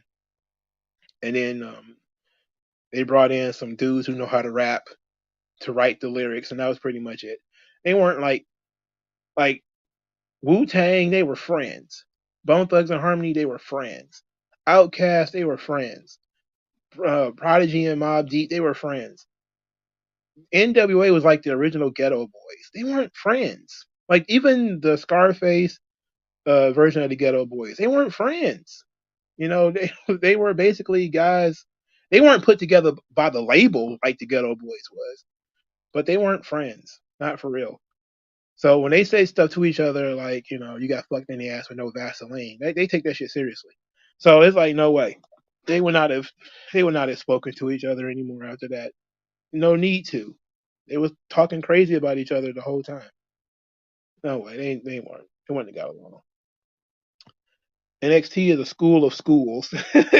That is true. They have they got it's like you got various clubs, which is probably what they would probably say. That would be a better way of explaining it. Instead of calling them factions, in NXT you should just call them clubs. Like there's the wrestling clubs, there's other kind of athletic clubs, and then he probably has like some like a nerd club or something like that, where it's like a Japanese school where you have like the AV club and the ghost fighting club and all that kind of crazy shit. Uh, this vignette gave everyone in the Rumble goals, which is what most Rumbles don't do, because they don't really put enough effort into everybody. Hey, it's Kenny Dykstra, the guy who they pushed him hard for a little while there, didn't they? They really wanted that guy to become something, and I think his obsession with Mickey James fucked it all up. Man and vagina. All he had to do was let these guys. I shouldn't say it, but I'm not gonna say it. But if he got cupped, then he should just took the L and moved on. Just like Johnny Nitro. You know, so many young guys in this era got cucked by older dudes and then bitched about it, complained about it, got an attitude, and ended up ruining their careers. Very unfortunate. Very, very unfortunate. Poor Kenny. For the love of money, absolutely. And nothing else. Man, Ric Flair is so old. And this was years ago, bro. He's so old in this match. Have mercy. His robe even looked rusty. God damn. Hot damn. Who is fourth in this match? For timestamp for those who are asking, the fourth member of the Royal Rumble just entered. It's 1 hour 47 minutes 30 seconds. And it's Matt Hardy, one of my least favorite people. Even back then, I didn't really care for him that much. um, Forgot about that tune, huh? Ah. Does Karrion Kross being in a faction with Authors of Pain, will it help his credibility? Not unless he actually starts winning some shit. You know, he keeps losing like he's been losing, and no, it doesn't help him at all. Dr. Dre was not a gangster. No, Dr. Dre was not a gangster. Dr. Dre wasn't really even into gangster rap. He was a DJ. He could make records, but he created the sound that became G Funk without being a G. It's just he found a good way of sampling funk records and ended up working out for everybody. I heard the rumors that Suge Knight had a hand in Easy being killed. Well, Easy died of AIDS. How did how did Suge Knight do that? Did he put like a poisoned woman in his bed or something like that? How did that happen? There's certainly more to it when it comes to Easy E than I, you know. Something tells me that he probably because it's for a guy to die of AIDS, and they say he had no homosexual contact. Oh, it's Edge. Edge is coming out early. I thought he was in there later, number 5. For him to have had no homosexual contact and no intravenous drug usage, how did he get AIDS and die from it so quickly? That's something that does make me question how Easy E died. And I know a lot of people have their conspiracy theories about Easy E. So somebody's lying. Clearly, he was involved with something that where he contracted HIV and then he didn't get tested or he didn't give a shit, and that shit became full blown AIDS. Almost every time who died from AIDS was either died quickly from AIDS, was either gay or on drugs. So I'm not saying he was gay or on drugs. I'm just saying the pattern don't fit. For a guy, a heterosexual man, to get HIV and die of AIDS that quickly, that I don't know. I don't know. That's kind of suspicious to me, bro. Oh, poor Rick. He's out. First man eliminated in the Royal Rumble. First man in, first man out. Matt's in-game model wore those pants for 3 years.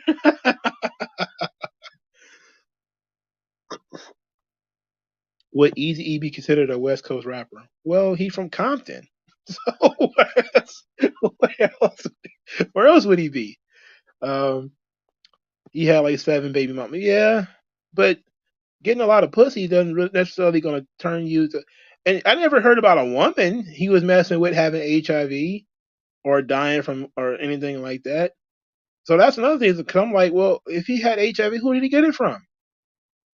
Was he doing the old Teddy Pendergrass, where he was banging anything in a dress, and then maybe one of those things in a dress was the non-female variety? I don't know. Um, if Dykstra was successful, how far Ziggler would have gone? Well, that's a good question because they were certainly more interested in pushing him than they were in pushing Dolph. Well, they started getting interested in pushing Dolph in like 2009. That's when they was like, yeah, we're gonna make this guy a star and we're gonna put him with Vicky Guerrero. Oh boy, yeah, Tommy Dreamer blows. Tommy Dreamer is fat in '07. Like amazing, right? Uh, Crazy. He's still wrestling today, for Christ's sake. It's weird because Magic Johnson had AIDS around the same time. He's still alive. Yeah, he had AIDS before Eazy-E had it, before I think, and he's still alive. But Magic Johnson take care of himself. There's no question that Eazy probably was in denial, maybe, and it deteriorated fast. But something tells me there's got to be more to it than most people are willing to admit. I forgot Sabu was even in the company at this point, but then again, ECW exists, so yeah, he's got to be there. Oh shit, he's bringing out the chairs. He got a table. Oh hell. What happened to Von Wagner? Haven't seen him on NXT. Yeah, I haven't seen him since he was with the Twins, and he was talking about beating up their bully. He vanished after that. 2001 was a rare case where the Rumble and the Mania was great. No, I'm not going to say that. Because usually the Rumble and the Mania are great. That's how it's supposed to go. In recent years, that's when you started getting that weird delineation where the Rumble is weak as fuck, but the Mania is good. Or the Rumble is dope, but then WrestleMania is weak as shit. I would like for this year to be a year where everything is working out. Rumor was that Easy Suge Knight poisoned Easy with pussy. He put she got some bomb ass pussy. I don't know, man. Like my only hope is maybe the needles, man. Something tells me there might have been a needle involved. I'm pretty sure if somebody actually looked, he probably did maybe do some intravenous drugs or something. Gregory Helms. They tried to make it like nobody has ever been more over after they dropped their gimmick that they're more known for. Like, who thought that making the Hurricane Gregory Helms would make him a better talent? Whose idea was that? Thoughts on Braun Breaker and Baron Corbin being a tag team? I hate it. I absolutely hate it. It's disgusting. 2008 Rumble was great. Yeah, it was. You may watch that one. I may watch that one this weekend.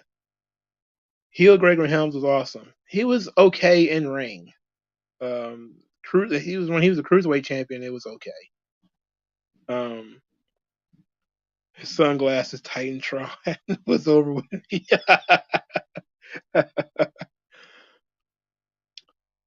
Then they wanted to kill. They wanted to kill Easy. They'd have shot him like normal people. You know, they would have just shot him like normal people. To be quite honest, he didn't need to kill him. He already taken everything he was going to take from him. He took Dr. Dre from him. You know, they didn't really need to kill him. He had already moved on from that situation anyway. So, and if they wanted to kill him, they would have shot him. And nobody would have questioned about him getting shot. I can tell you that much. The AIDS thing happened way too fast. But if somebody got gunned down easy, they'd be like, well, he's a dope dealer. And fucking who the hell would have cared if if he got shot and killed? That wouldn't have been a big deal at all. But AIDS, that's a hell of a question. You never heard about him getting AIDS from a woman. Like you never heard of a woman giving him AIDS. I never heard nothing about that.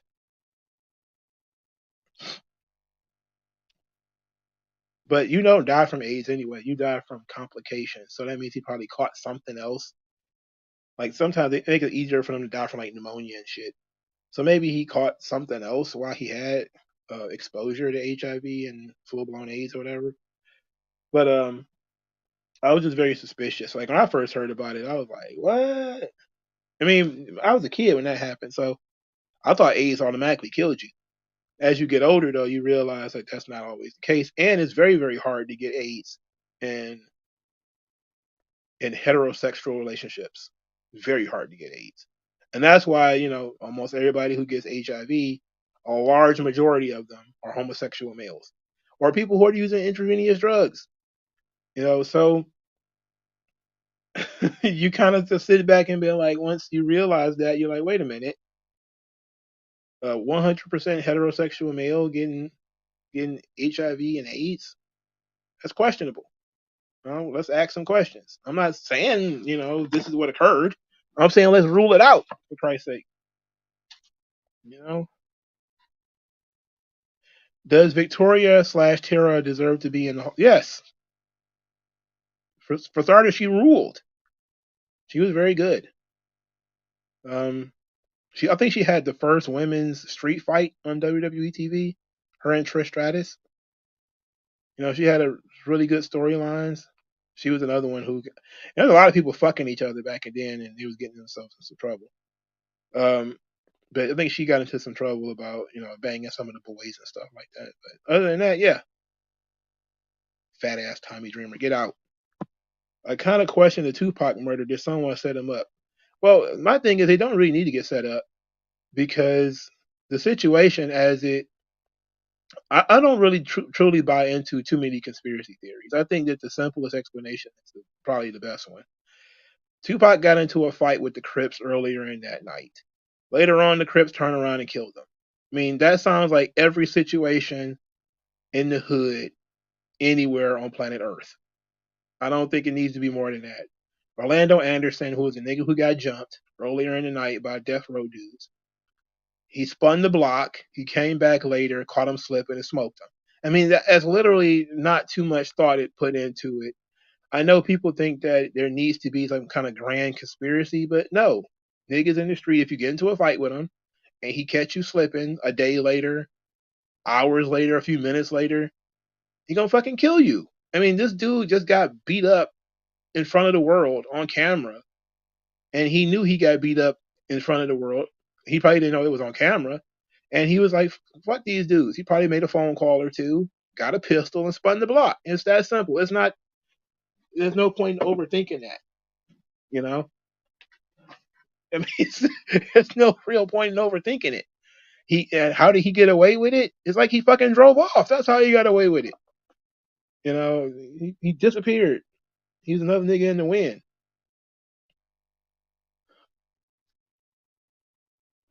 Very young CM Punk. I wonder how old was Punk here?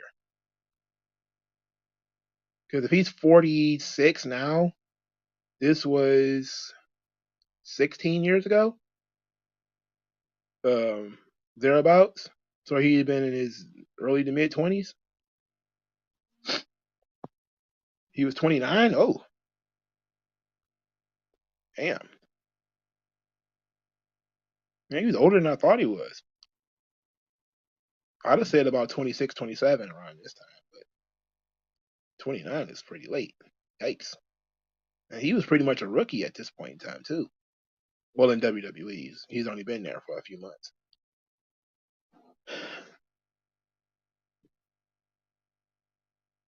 I do believe that Biggie was set up, and I do think it was retaliation for Tupac. But I don't think it was a conspiracy theory at all. I just think that niggas blame Biggie for it because Tupac did nothing but blame Biggie for it, and niggas believed it. I mean, it's weird. It's weird stuff. It's not that hard though, when you really think about it. All the people who believed everything Tupac said probably believed that he had something to do with that. Biggie had something to do with it. And then it was like, oh yeah, Bad Boy had connections with Crips, which they did. But that ain't got nothing to do with Suge Knight and all them jumping boys in the casino and stuff like that.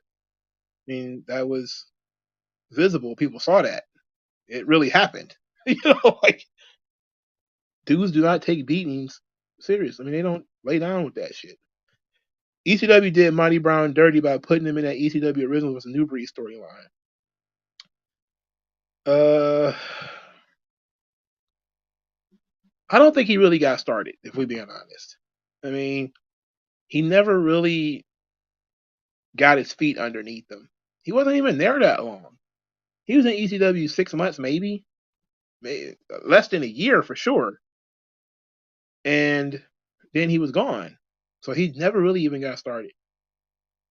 It was highly unusual for him to be a part of that. But then again, he didn't come in like heavily touted as like a top guy or anything like that either. Super crazy. That guy rules. Kind of explains how Punk got the world title. Imagine ROH aged Punk as world champion. Yeah, he'd have been even younger. But that does make sense because if they made him world champion, that means he had to be like either he was like a Randy Orton prodigy or he was a seasoned veteran. But I don't know why they gave him the belt so early in his career and they weren't going to push him or do anything with him. All of those world heavyweight title runs were so weird. They were basically like super intercontinental championships. Like some people actually wanted the gold belt and they felt like a world champion. When Punk had it, he was a super intercontinental champion. That's basically what it was. And that was pretty much it. And then until he started wrestling Jeff Hardy, then he felt like a traditional world champion. That felt like real world championships. Other than that, just another intercontinental champion. Who was your favorite rappers in the early to mid '90s? DMX, Bone Thugs and Harmony, Scarface, Nas. Even though I think Nas became one of my favorite rappers, maybe in the late '90s. Biggie. Um, who else? By the late '90s, I was getting into Busta Rhymes. I was a big fan of Wu-Tang Clan. I mean, I knew 5%ers, so they listened to like all of the Wu-Tang Clan stuff, Method Man, and listening to Ghostface and solo stuff. Um, a lot of a lot of New York shit. Wasn't really too much into the South, but I really like BG and Juvenile. So I was onto the Cash Money thing. That's really when I was coming into my teenage years when Cash Money became a thing. Um, that was pretty much it. Like my taste grew quite a bit when I turned like 24, and I started listening to like stuff everywhere.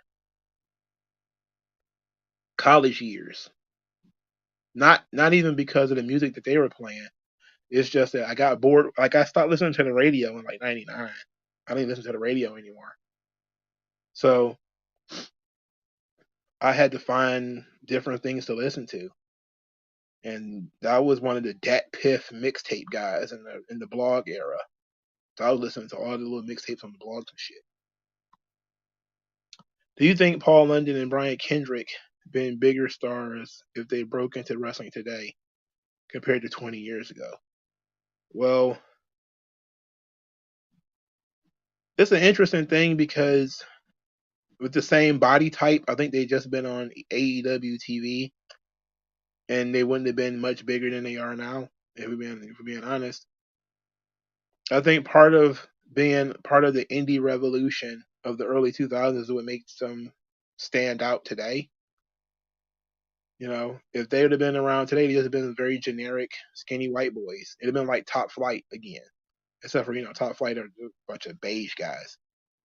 But wouldn't have been anything too special about them today. It'd have been Angelico and Jack Evans all over again. Even though I'll say that those guys are more talented than Angelico and Jack Evans, that's for sure. Certainly more seasoned. Paul London is a dickhead though. I already wrestled recently too. I'm surprised they haven't tried to bring Paul London into AEW. He's doing like a White Rabbit, magician gimmick or some shit like that. Last time I heard. Was I a fan of Mob Deep?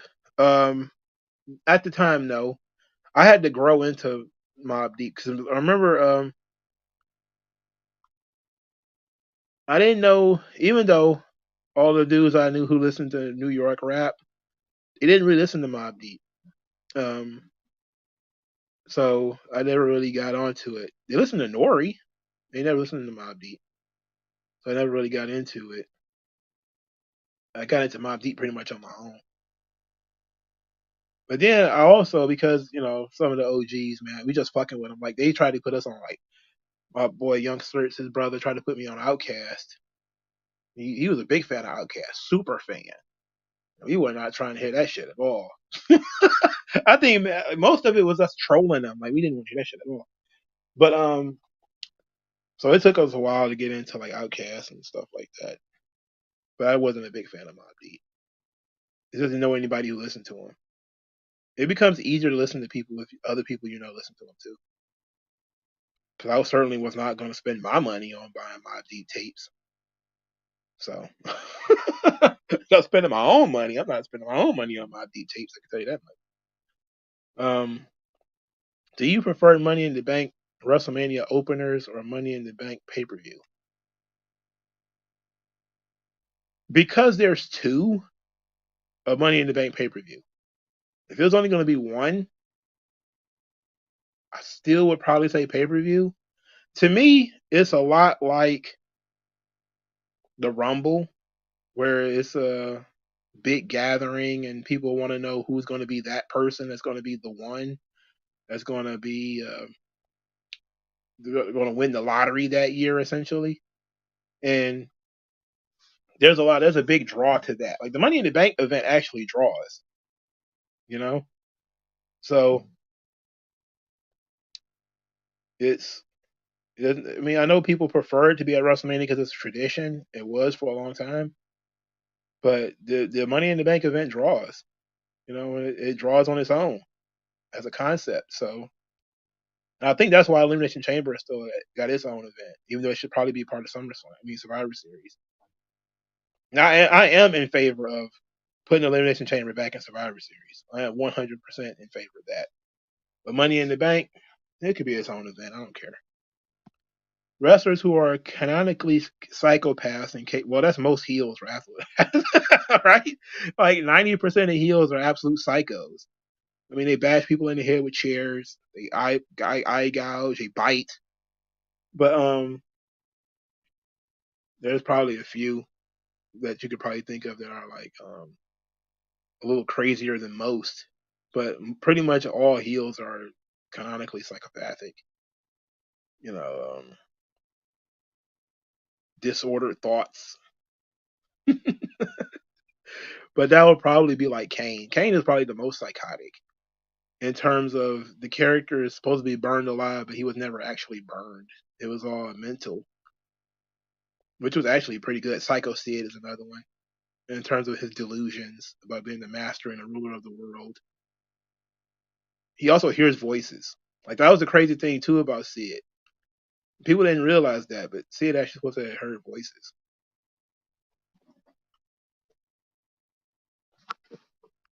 Like he used to talk to himself in the ring while walking to the ring and stuff. That was great. Oh yeah, the Sandman getting eliminated was humorous. I don't know why I missed it. Chris Benoit looking kind of stocky in there, brother. Oh, Booker T. They actually built that Kane Booker T feud out of this. Him getting thrown over the top rope. Man, that was stupid. I don't like anything Booker T Kane stuff. I didn't like that shit at all. Have you watched 3 seasons of early game show NXT in 2010 and hear heel Michael Cole ranting about Daniel Bryan and praising the Miz in a cartoonish way? Yes, I lived through that. Michael Cole as a heel on television was awful. That's it produced some of the most god awful WWF television possible, bro. It was the shits. It was legitimately the shits, and it had no redeeming qualities to it. If we're being honest, just none. Why don't I like Paul London? It's not that I don't like Paul London. It's just that he's a douchebag. You know, it's that simple. You know, it's just I've read a lot of interviews, and I don't. He's one of those guys like Rene Dupree, where I never heard him say anything positive. And I really, it's difficult for me to to take somebody seriously if every time I read an interview or something of them and it's negative. You know, there's no positivity whatsoever, or they say things that literally don't make sense. And he's in more of the I never heard Paul London say anything positive about wrestling, anybody in wrestling, his time in wrestling, or anything like that. I've never read an interview where Paul London said anything positive. And maybe it's just because of the way that things are collated and the way people clip things and repost things. But I've never seen Paul London put over anybody, say such and such is doing a great job, and or anything like that. I've never seen anything positive about Paul ever. Every time I see something, Paul and his name is attached to something negative. So I'm just like, what the fuck? And it's Rene Dupree the same way. There's a couple of guys where once you say their name, I really don't care. And Rene Dupree is certainly on that list, and Paul London is on that list. Now, I'm certainly willing to be proven wrong if they have said something positive about somebody. I'm wondering who and when, but I typically don't pay too much attention with guys that are just like insanely negative like that. Oh, that Michael Cole and Jerry King Lawler feud is the pits. That shit was the pits. I mean, you was in the business for so long, you had to like something. You had to like somebody. You had to make a friend or something at some point, right? So I'm just like, man, if you hate everybody, like, and there's people who work with the same people you work with, and they don't hate them too. It's one thing for people to have, like when people complained about the clique, they would never shit on the entire locker room. They would basically just be like, the clique did this, the clique did that, and they hated those guys. But they usually will get put over the other people on the roster, or they'll even put over some members of the clique over other guys. Where you get a feeling that they enjoyed their time in the business, but they wished this negative thing had not occurred, or these negative people were not there. There's other people who are just kind of like, you hated everybody, everybody hated you. You were fired unfairly. Just nothing positive, nothing good, no good memories about anything. I don't know. Like the crazy thing is, Kazarni. I forget what that guy. I think his name is San Bodhi or Sin Bodhi or something like that. On Twitter, he was even positive, because people were shitting on the Kazarni character on Twitter because I guess his debut had just had an anniversary or whatever. And he posted on Twitter like, I know people don't like the Kazarni, but I got an opportunity to see the world, and you know, I got to do what I love doing. And it's like it's generic, it's generic as hell. But a guy who spent like a cup of coffee in WWE and been in the business forever was like still found a way to be positive about his time in the business, even if it was just WWE or whatever. It's crazy that there's so many guys who have achieved so much more than he did, and they're so negative. Guys have been around forever, and he's so fucking negative. I'm like, I can't get it. I don't understand it. Like, even if you just said, That's what kind of aggravated me about CM Punk too, because like he didn't really put people over. He would just shit on people all the time, and you'd be like, damn, you don't like nobody.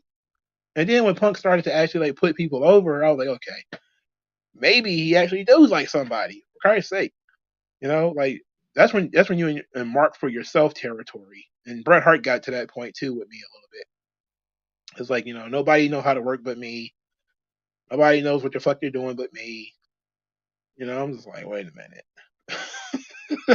Wait a minute. Yeah, that was dumb. All Renee does is nod out and take bump breaks, saying he has to be. Mm. Oh boy,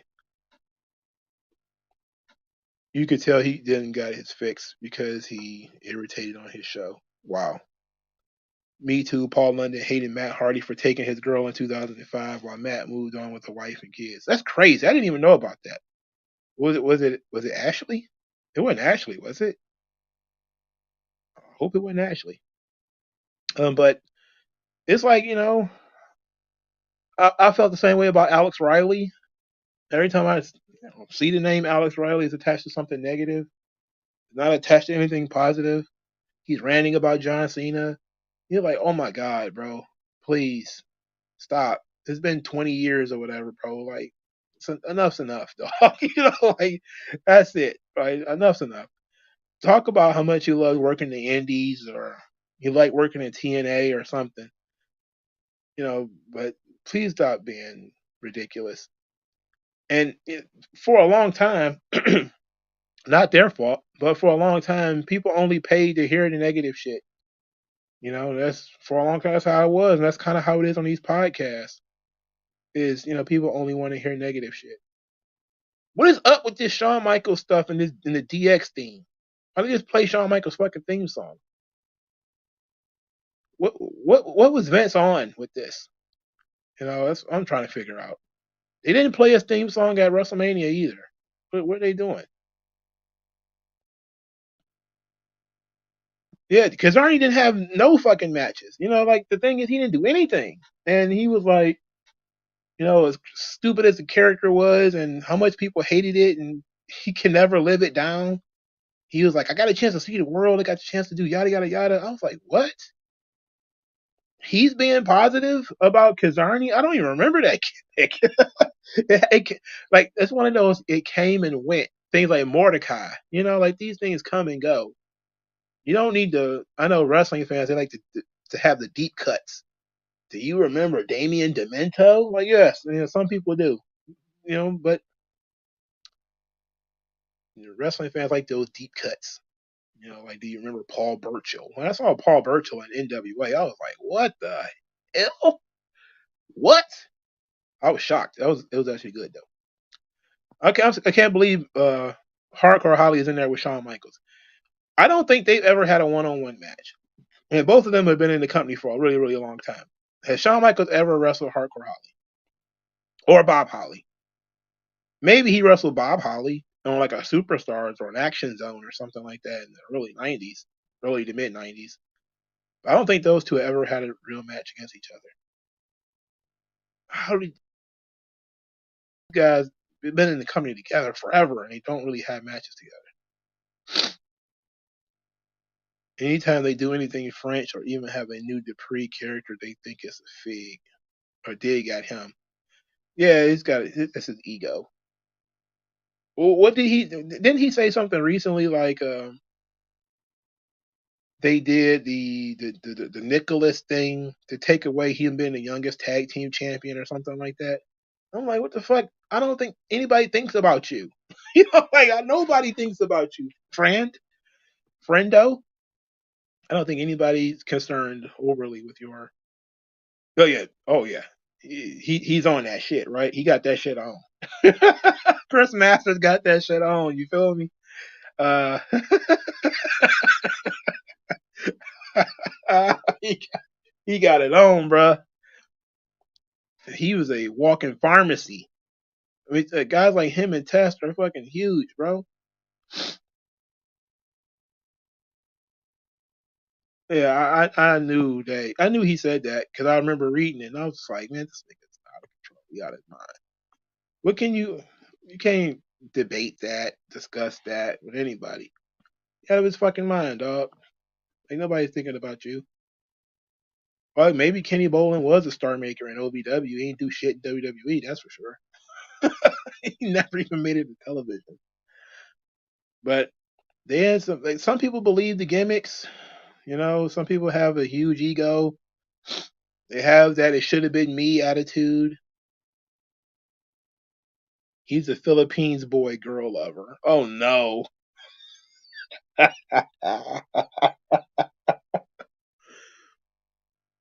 Kurt Angle versus Bret Hart. Kurt Angle. I would have loved to see Kurt Angle versus Ken Shamrock, and I think Shamrock would have loved that too. And speaking of which, Shamrock needs to be in the Hall of Fame. Yeah, Ken Shamrock. I think he signed a Legends deal recently too, so he needs to be in the Hall of Fame. Chris Masters got signed when he was way too young. He was 22 when they signed him. He was a bodybuilder or something like that too. He also started balding very early as well. But um, man, Chris Masters. I wish they would give him an opportunity today. Is he still in NWA? I would love for them to like him be like a secret entrant in the Royal Rumble this year. That would be great. He's still young too. I think he's younger than AJ Styles. He's certainly younger than MVP. I love me some MVP. I wanted MVP to be the world champion so badly in like '06, '07. I was ready. He should have beat Batista for the belt. Shame they didn't do Shamrock versus Angle in TNA. Could imagine Jeff Jarrett hiring Shamrock as his bodyguard. You see, you put more thought into it than TNA did. They did so much MMA inspired stuff in TNA because they had that partnership with Bellator and all that, and they never brought Ken Shamrock back, and they never used Rampage Jackson, and they did all that effort into Tito Ortiz. Get the fuck out of here. But Shamrock, who was a pro wrestler before he got into mixed martial arts, was still young enough to be wrestling. Could have made you some money. Could have brought him in, as you said, like Jeff Jarrett's trainer, his bodyguard, his mentor or something for that match. They could have did some fun stuff with Shamrock and Samoa Joe. I know Shamrock needed money. I just read a book written by Jonathan Snowden on Ken Shamrock, and he certainly needed money at the time. TNA would have been a blessing for him, so he could have stopped throwing fights. Well, he wasn't throwing them technically; he just couldn't win. He had destroyed his body, but it would have been an easy day for him. Make his LA Knights muscle like TNA. Who we talking about here? Chris Masters? Who we talking about here? MVP is one of the greatest U.S. champions. Power Suit Ranger MVP hit different. Yeah, I was ready for him to go to the next level. Him and Mr. Kennedy, it seemed like it was a matter of time. That's why I call this like the lost generation. It's Carlito, Lashley, MVP, Mr. Kennedy. All these guys ended up leaving, and these guys were being groomed to be the next guys, and they all left. They all just took off. So then WWE was spent like, I don't know, 5 or 6 years trying to find new top guys, new young guys to put over. You know, they almost ran Punk off a couple of times, but he stuck through it. But MVP couldn't take no more. Kennedy was hated by Orton and Cena, so they got him the fuck out of there. They got Dykstra the fuck out of there. You know, there was just so many guys they ran off at the time.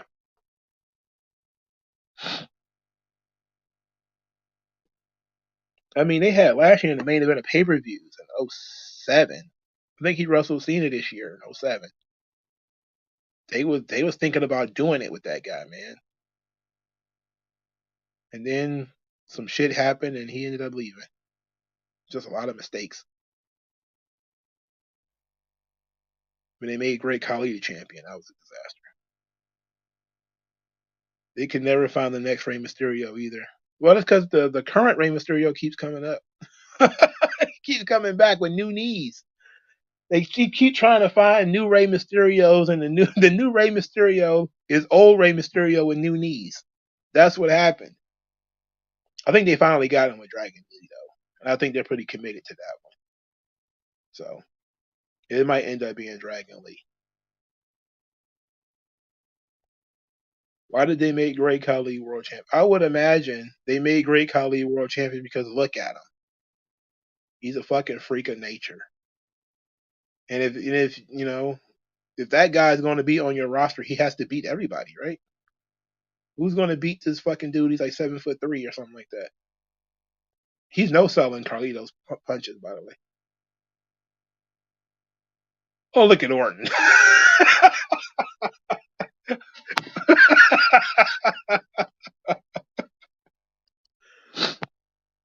Koshan Hart says, I still remember when Impact was teasing the August 1 warning and ended up being Tito Ortiz. And he was just standing there looking like that was one of my favorite scenes from TNA, dog. That was one of my favorite scenes from TNA, bro. That was one of my favorites. When he was standing there with his arms folded and everybody was just looking, and you could hear, you know, cicadas in the background. Boy, that shit was crazy. And look at this fucking guy. I remember people being so upset about Great Khali throwing everybody out of this match. Guy's 7 foot some odd, whatever. You know, of course he's gonna throw everybody out.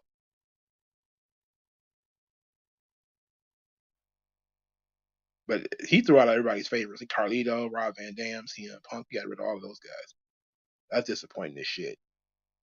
But of course they did all that so the big gong could happen. You know what happened when the big gong happens. Carlito was good. His Apple gimmick was too goofy for the main roster. He should have come back earlier after bulking up.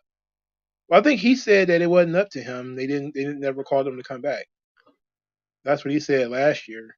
Well, earlier this year, rather. No, yeah, it's last year because it's 2024. Yeah, he said that he never called him to come back after he left.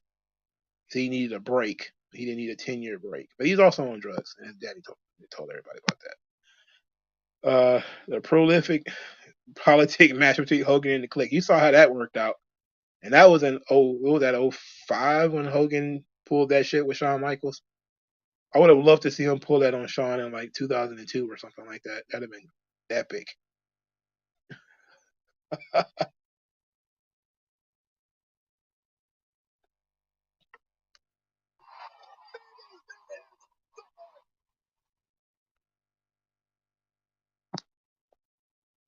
They were pushing Sin Cara hard as a new Rey Mysterio. Oh, you talking about Unico Sin Cara? Because that was never going to work.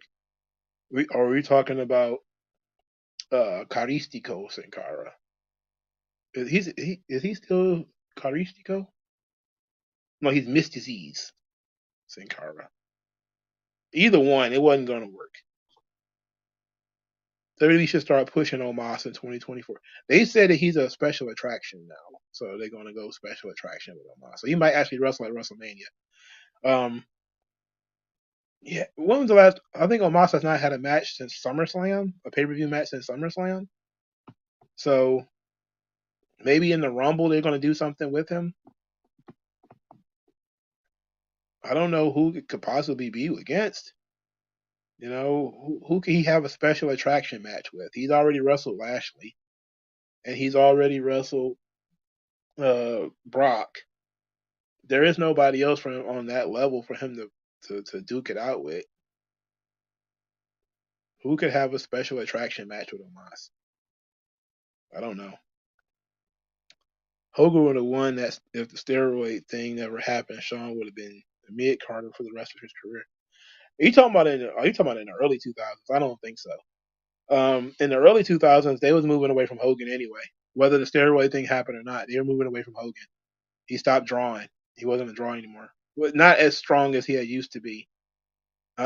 That's you have to when you say Hogan wasn't a draw or he stopped drawing or whatever. You have to realize that you're comparing him to his peak, not just Hogan was like he was a bigger draw than everybody else, but he had not drawn to the level of Hulk Hogan, and he was actively harming the rest of the roster in the way that he kept putting himself over. So they were moving away from Hulk Hogan anyway. So he was leaving.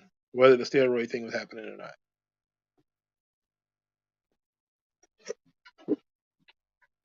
If Hogan was still around in like '94, they'd have drove him fucking crazy. I can tell you that much. They'd have drove him fucking nuts because it was four of them. So they'd have drove Hogan nuts. It might have actually made them friends with Bret Hart because Bret Hart they'd have drove Bret nuts too. But Hogan would have drove Bret nuts, and the Clique would have drove everybody fucking crazy. But compared to Hogan, I think I think Bret would have aligned with Shawn because he did. I mean, in the early '90s, that's basically what they said that Bret and Shawn and all those guys were on the same side, and they wanted basically Hogan to get the fuck out of there. Hogan, Warrior, not so much Savage because he was willing to work with them, but Hogan and Warrior especially, guys like Jake the Snake Roberts, they didn't help anybody. So a lot of the '80s guys were protective of their characters, protective of their gimmicks. They weren't, willing to put people over, weren't willing to help, barely willing to sell. So they wanted to get them guys out of the way. It's just Vince decided that he was going to move Macho Man along. And injury got rid of Ted DiBiase, so there wasn't nothing you could do with him. Even though he did put over Scott Hall on his way out. They were friends with Mr. Perfect, so they didn't have a problem with him. All of them were. They were all snorting coke and everything together. And Piper didn't put anybody over either, except he put over Brett because of the Canadian thing and all that stuff. But a lot of those dudes they wanted them out of the way, and they were going to leave anyway. All of them were old, and they weren't drawn anymore. It's so long you could do Hacksaw Jim Duggan and all that shit. Really, so long you could do that stuff. They gonna have a PLE in Nigeria and make him the champ. They may fuck around and make Omos the champion just cause he's like 7 foot some odd. Like you don't need to make him the champion, but if you want to put somebody over, you will. If I was doing traditional Vince McMahon booking, I'll put the fucking belt on Omos and then have Braun Breaker beat him for it. Imagine CM Punk in 1993 WWF locker room when Hogan was still there and the Clique was there. Oh my god. Oh boy. He wouldn't have got anywhere fast.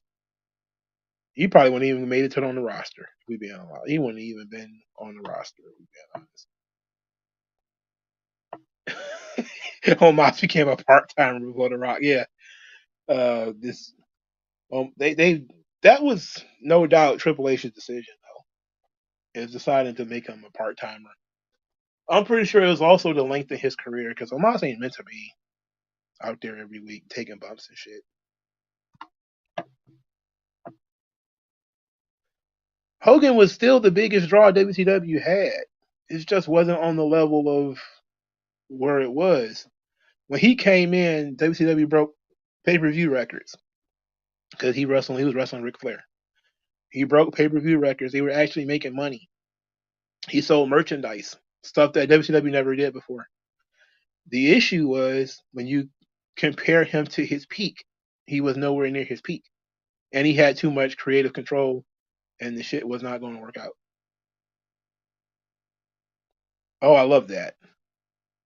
I love that. I love the little setup with Edge telling Orton about Shawn getting up, and he just basically walked right into getting eliminated.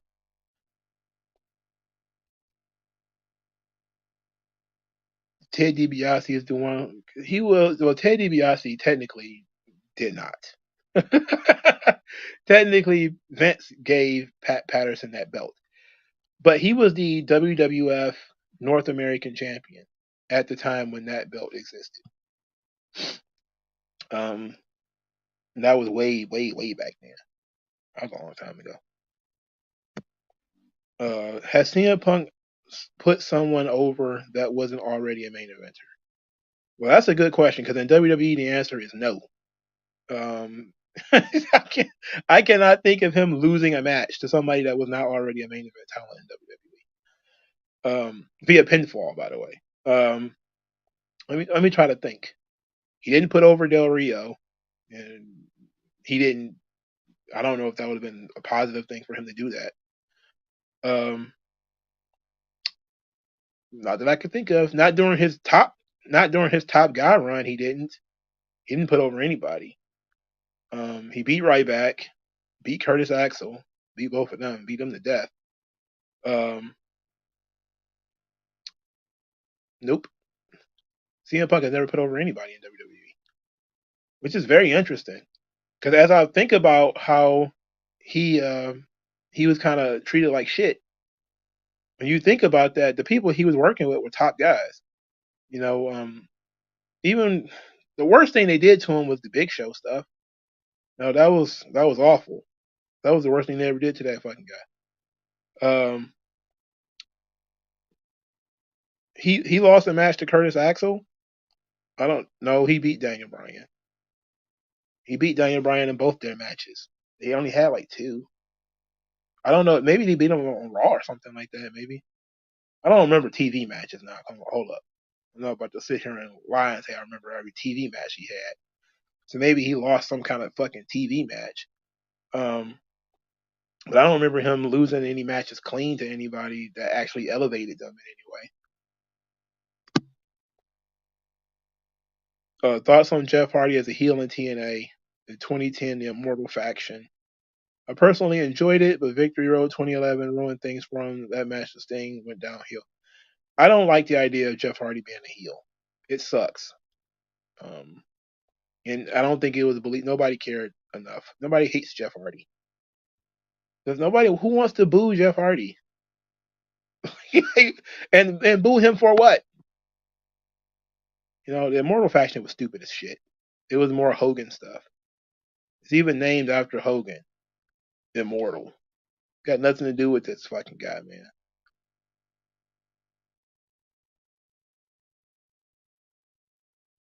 This was genius booking, putting Undertaker and Shawn in the last two and letting them go out there and put some time in. This was genius, and this was the prologue to their WrestleMania feud. Well, it wasn't his fault. Jeff was leaving, so you know Jeff won because he was leaving. I mean, CM Punk won because Jeff was leaving. You seen when Jeff Hardy cracked Kennedy with a chair and gave him a concussion? Yeah, when was that? I'm pretty sure I have seen it, but I don't remember what it was. You know what's missing? Look at how these guys are fighting here. It's intense.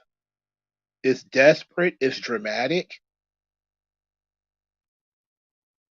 I mean, even little things like Sean took one uppercut and then teased like he was gonna fall outside the ring.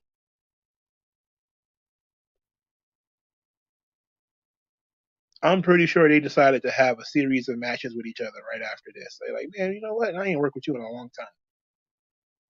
You know, this is the first time they've touched each other since the Hell in the Cell, well, since the casket match.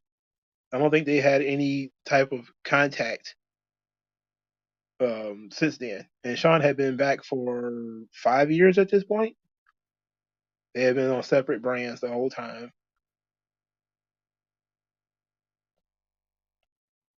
Look at this. Look at how much Shawn Michaels is showing. So much fire.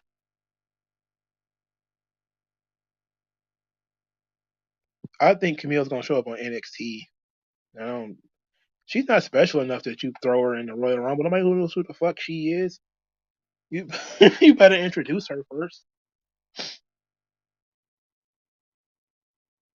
I can imagine, and I'm almost guaranteed that Cody and Punk is gonna do this year. You're probably gonna have like 5 or 6 minutes with just the two of them in the ring before Punk wins.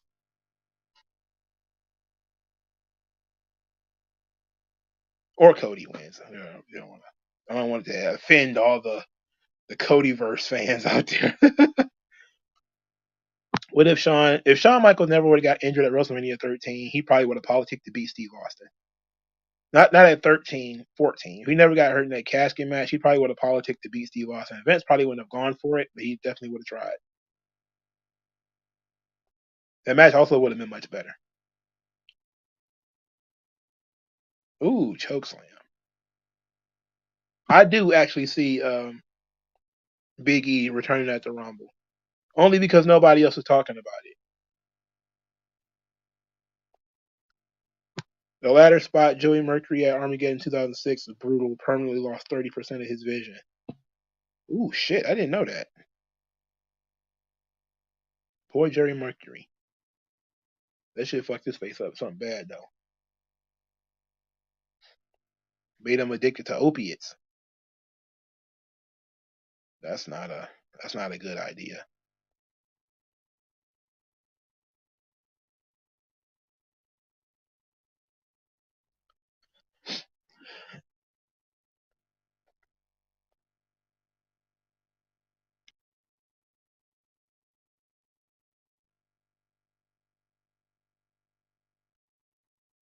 They were working the dirt sheets on this one. I'm pretty sure the dirt sheet said that Shawn was going over because he was wrestling John Cena at WrestleMania. And I'm pretty sure everybody who was watching this was expecting Shawn to win this match. And that's why WWE does that from time to time. Like what was that, 2012, where everybody knew that Chris Jericho was supposed to wrestle CM Punk, and so they decided they were going to spoil it and say, "Oh, Jericho's going to win the Rumble," and then it ended up being fucking Sheamus. Yeah, it was Matt Hardy jumped off the top rope. Well, it was Jeff because he jumped on the ladder. Ladder goes up, teeter totter, smash Joey Mercury right in the goddamn face. Fucked his whole life up.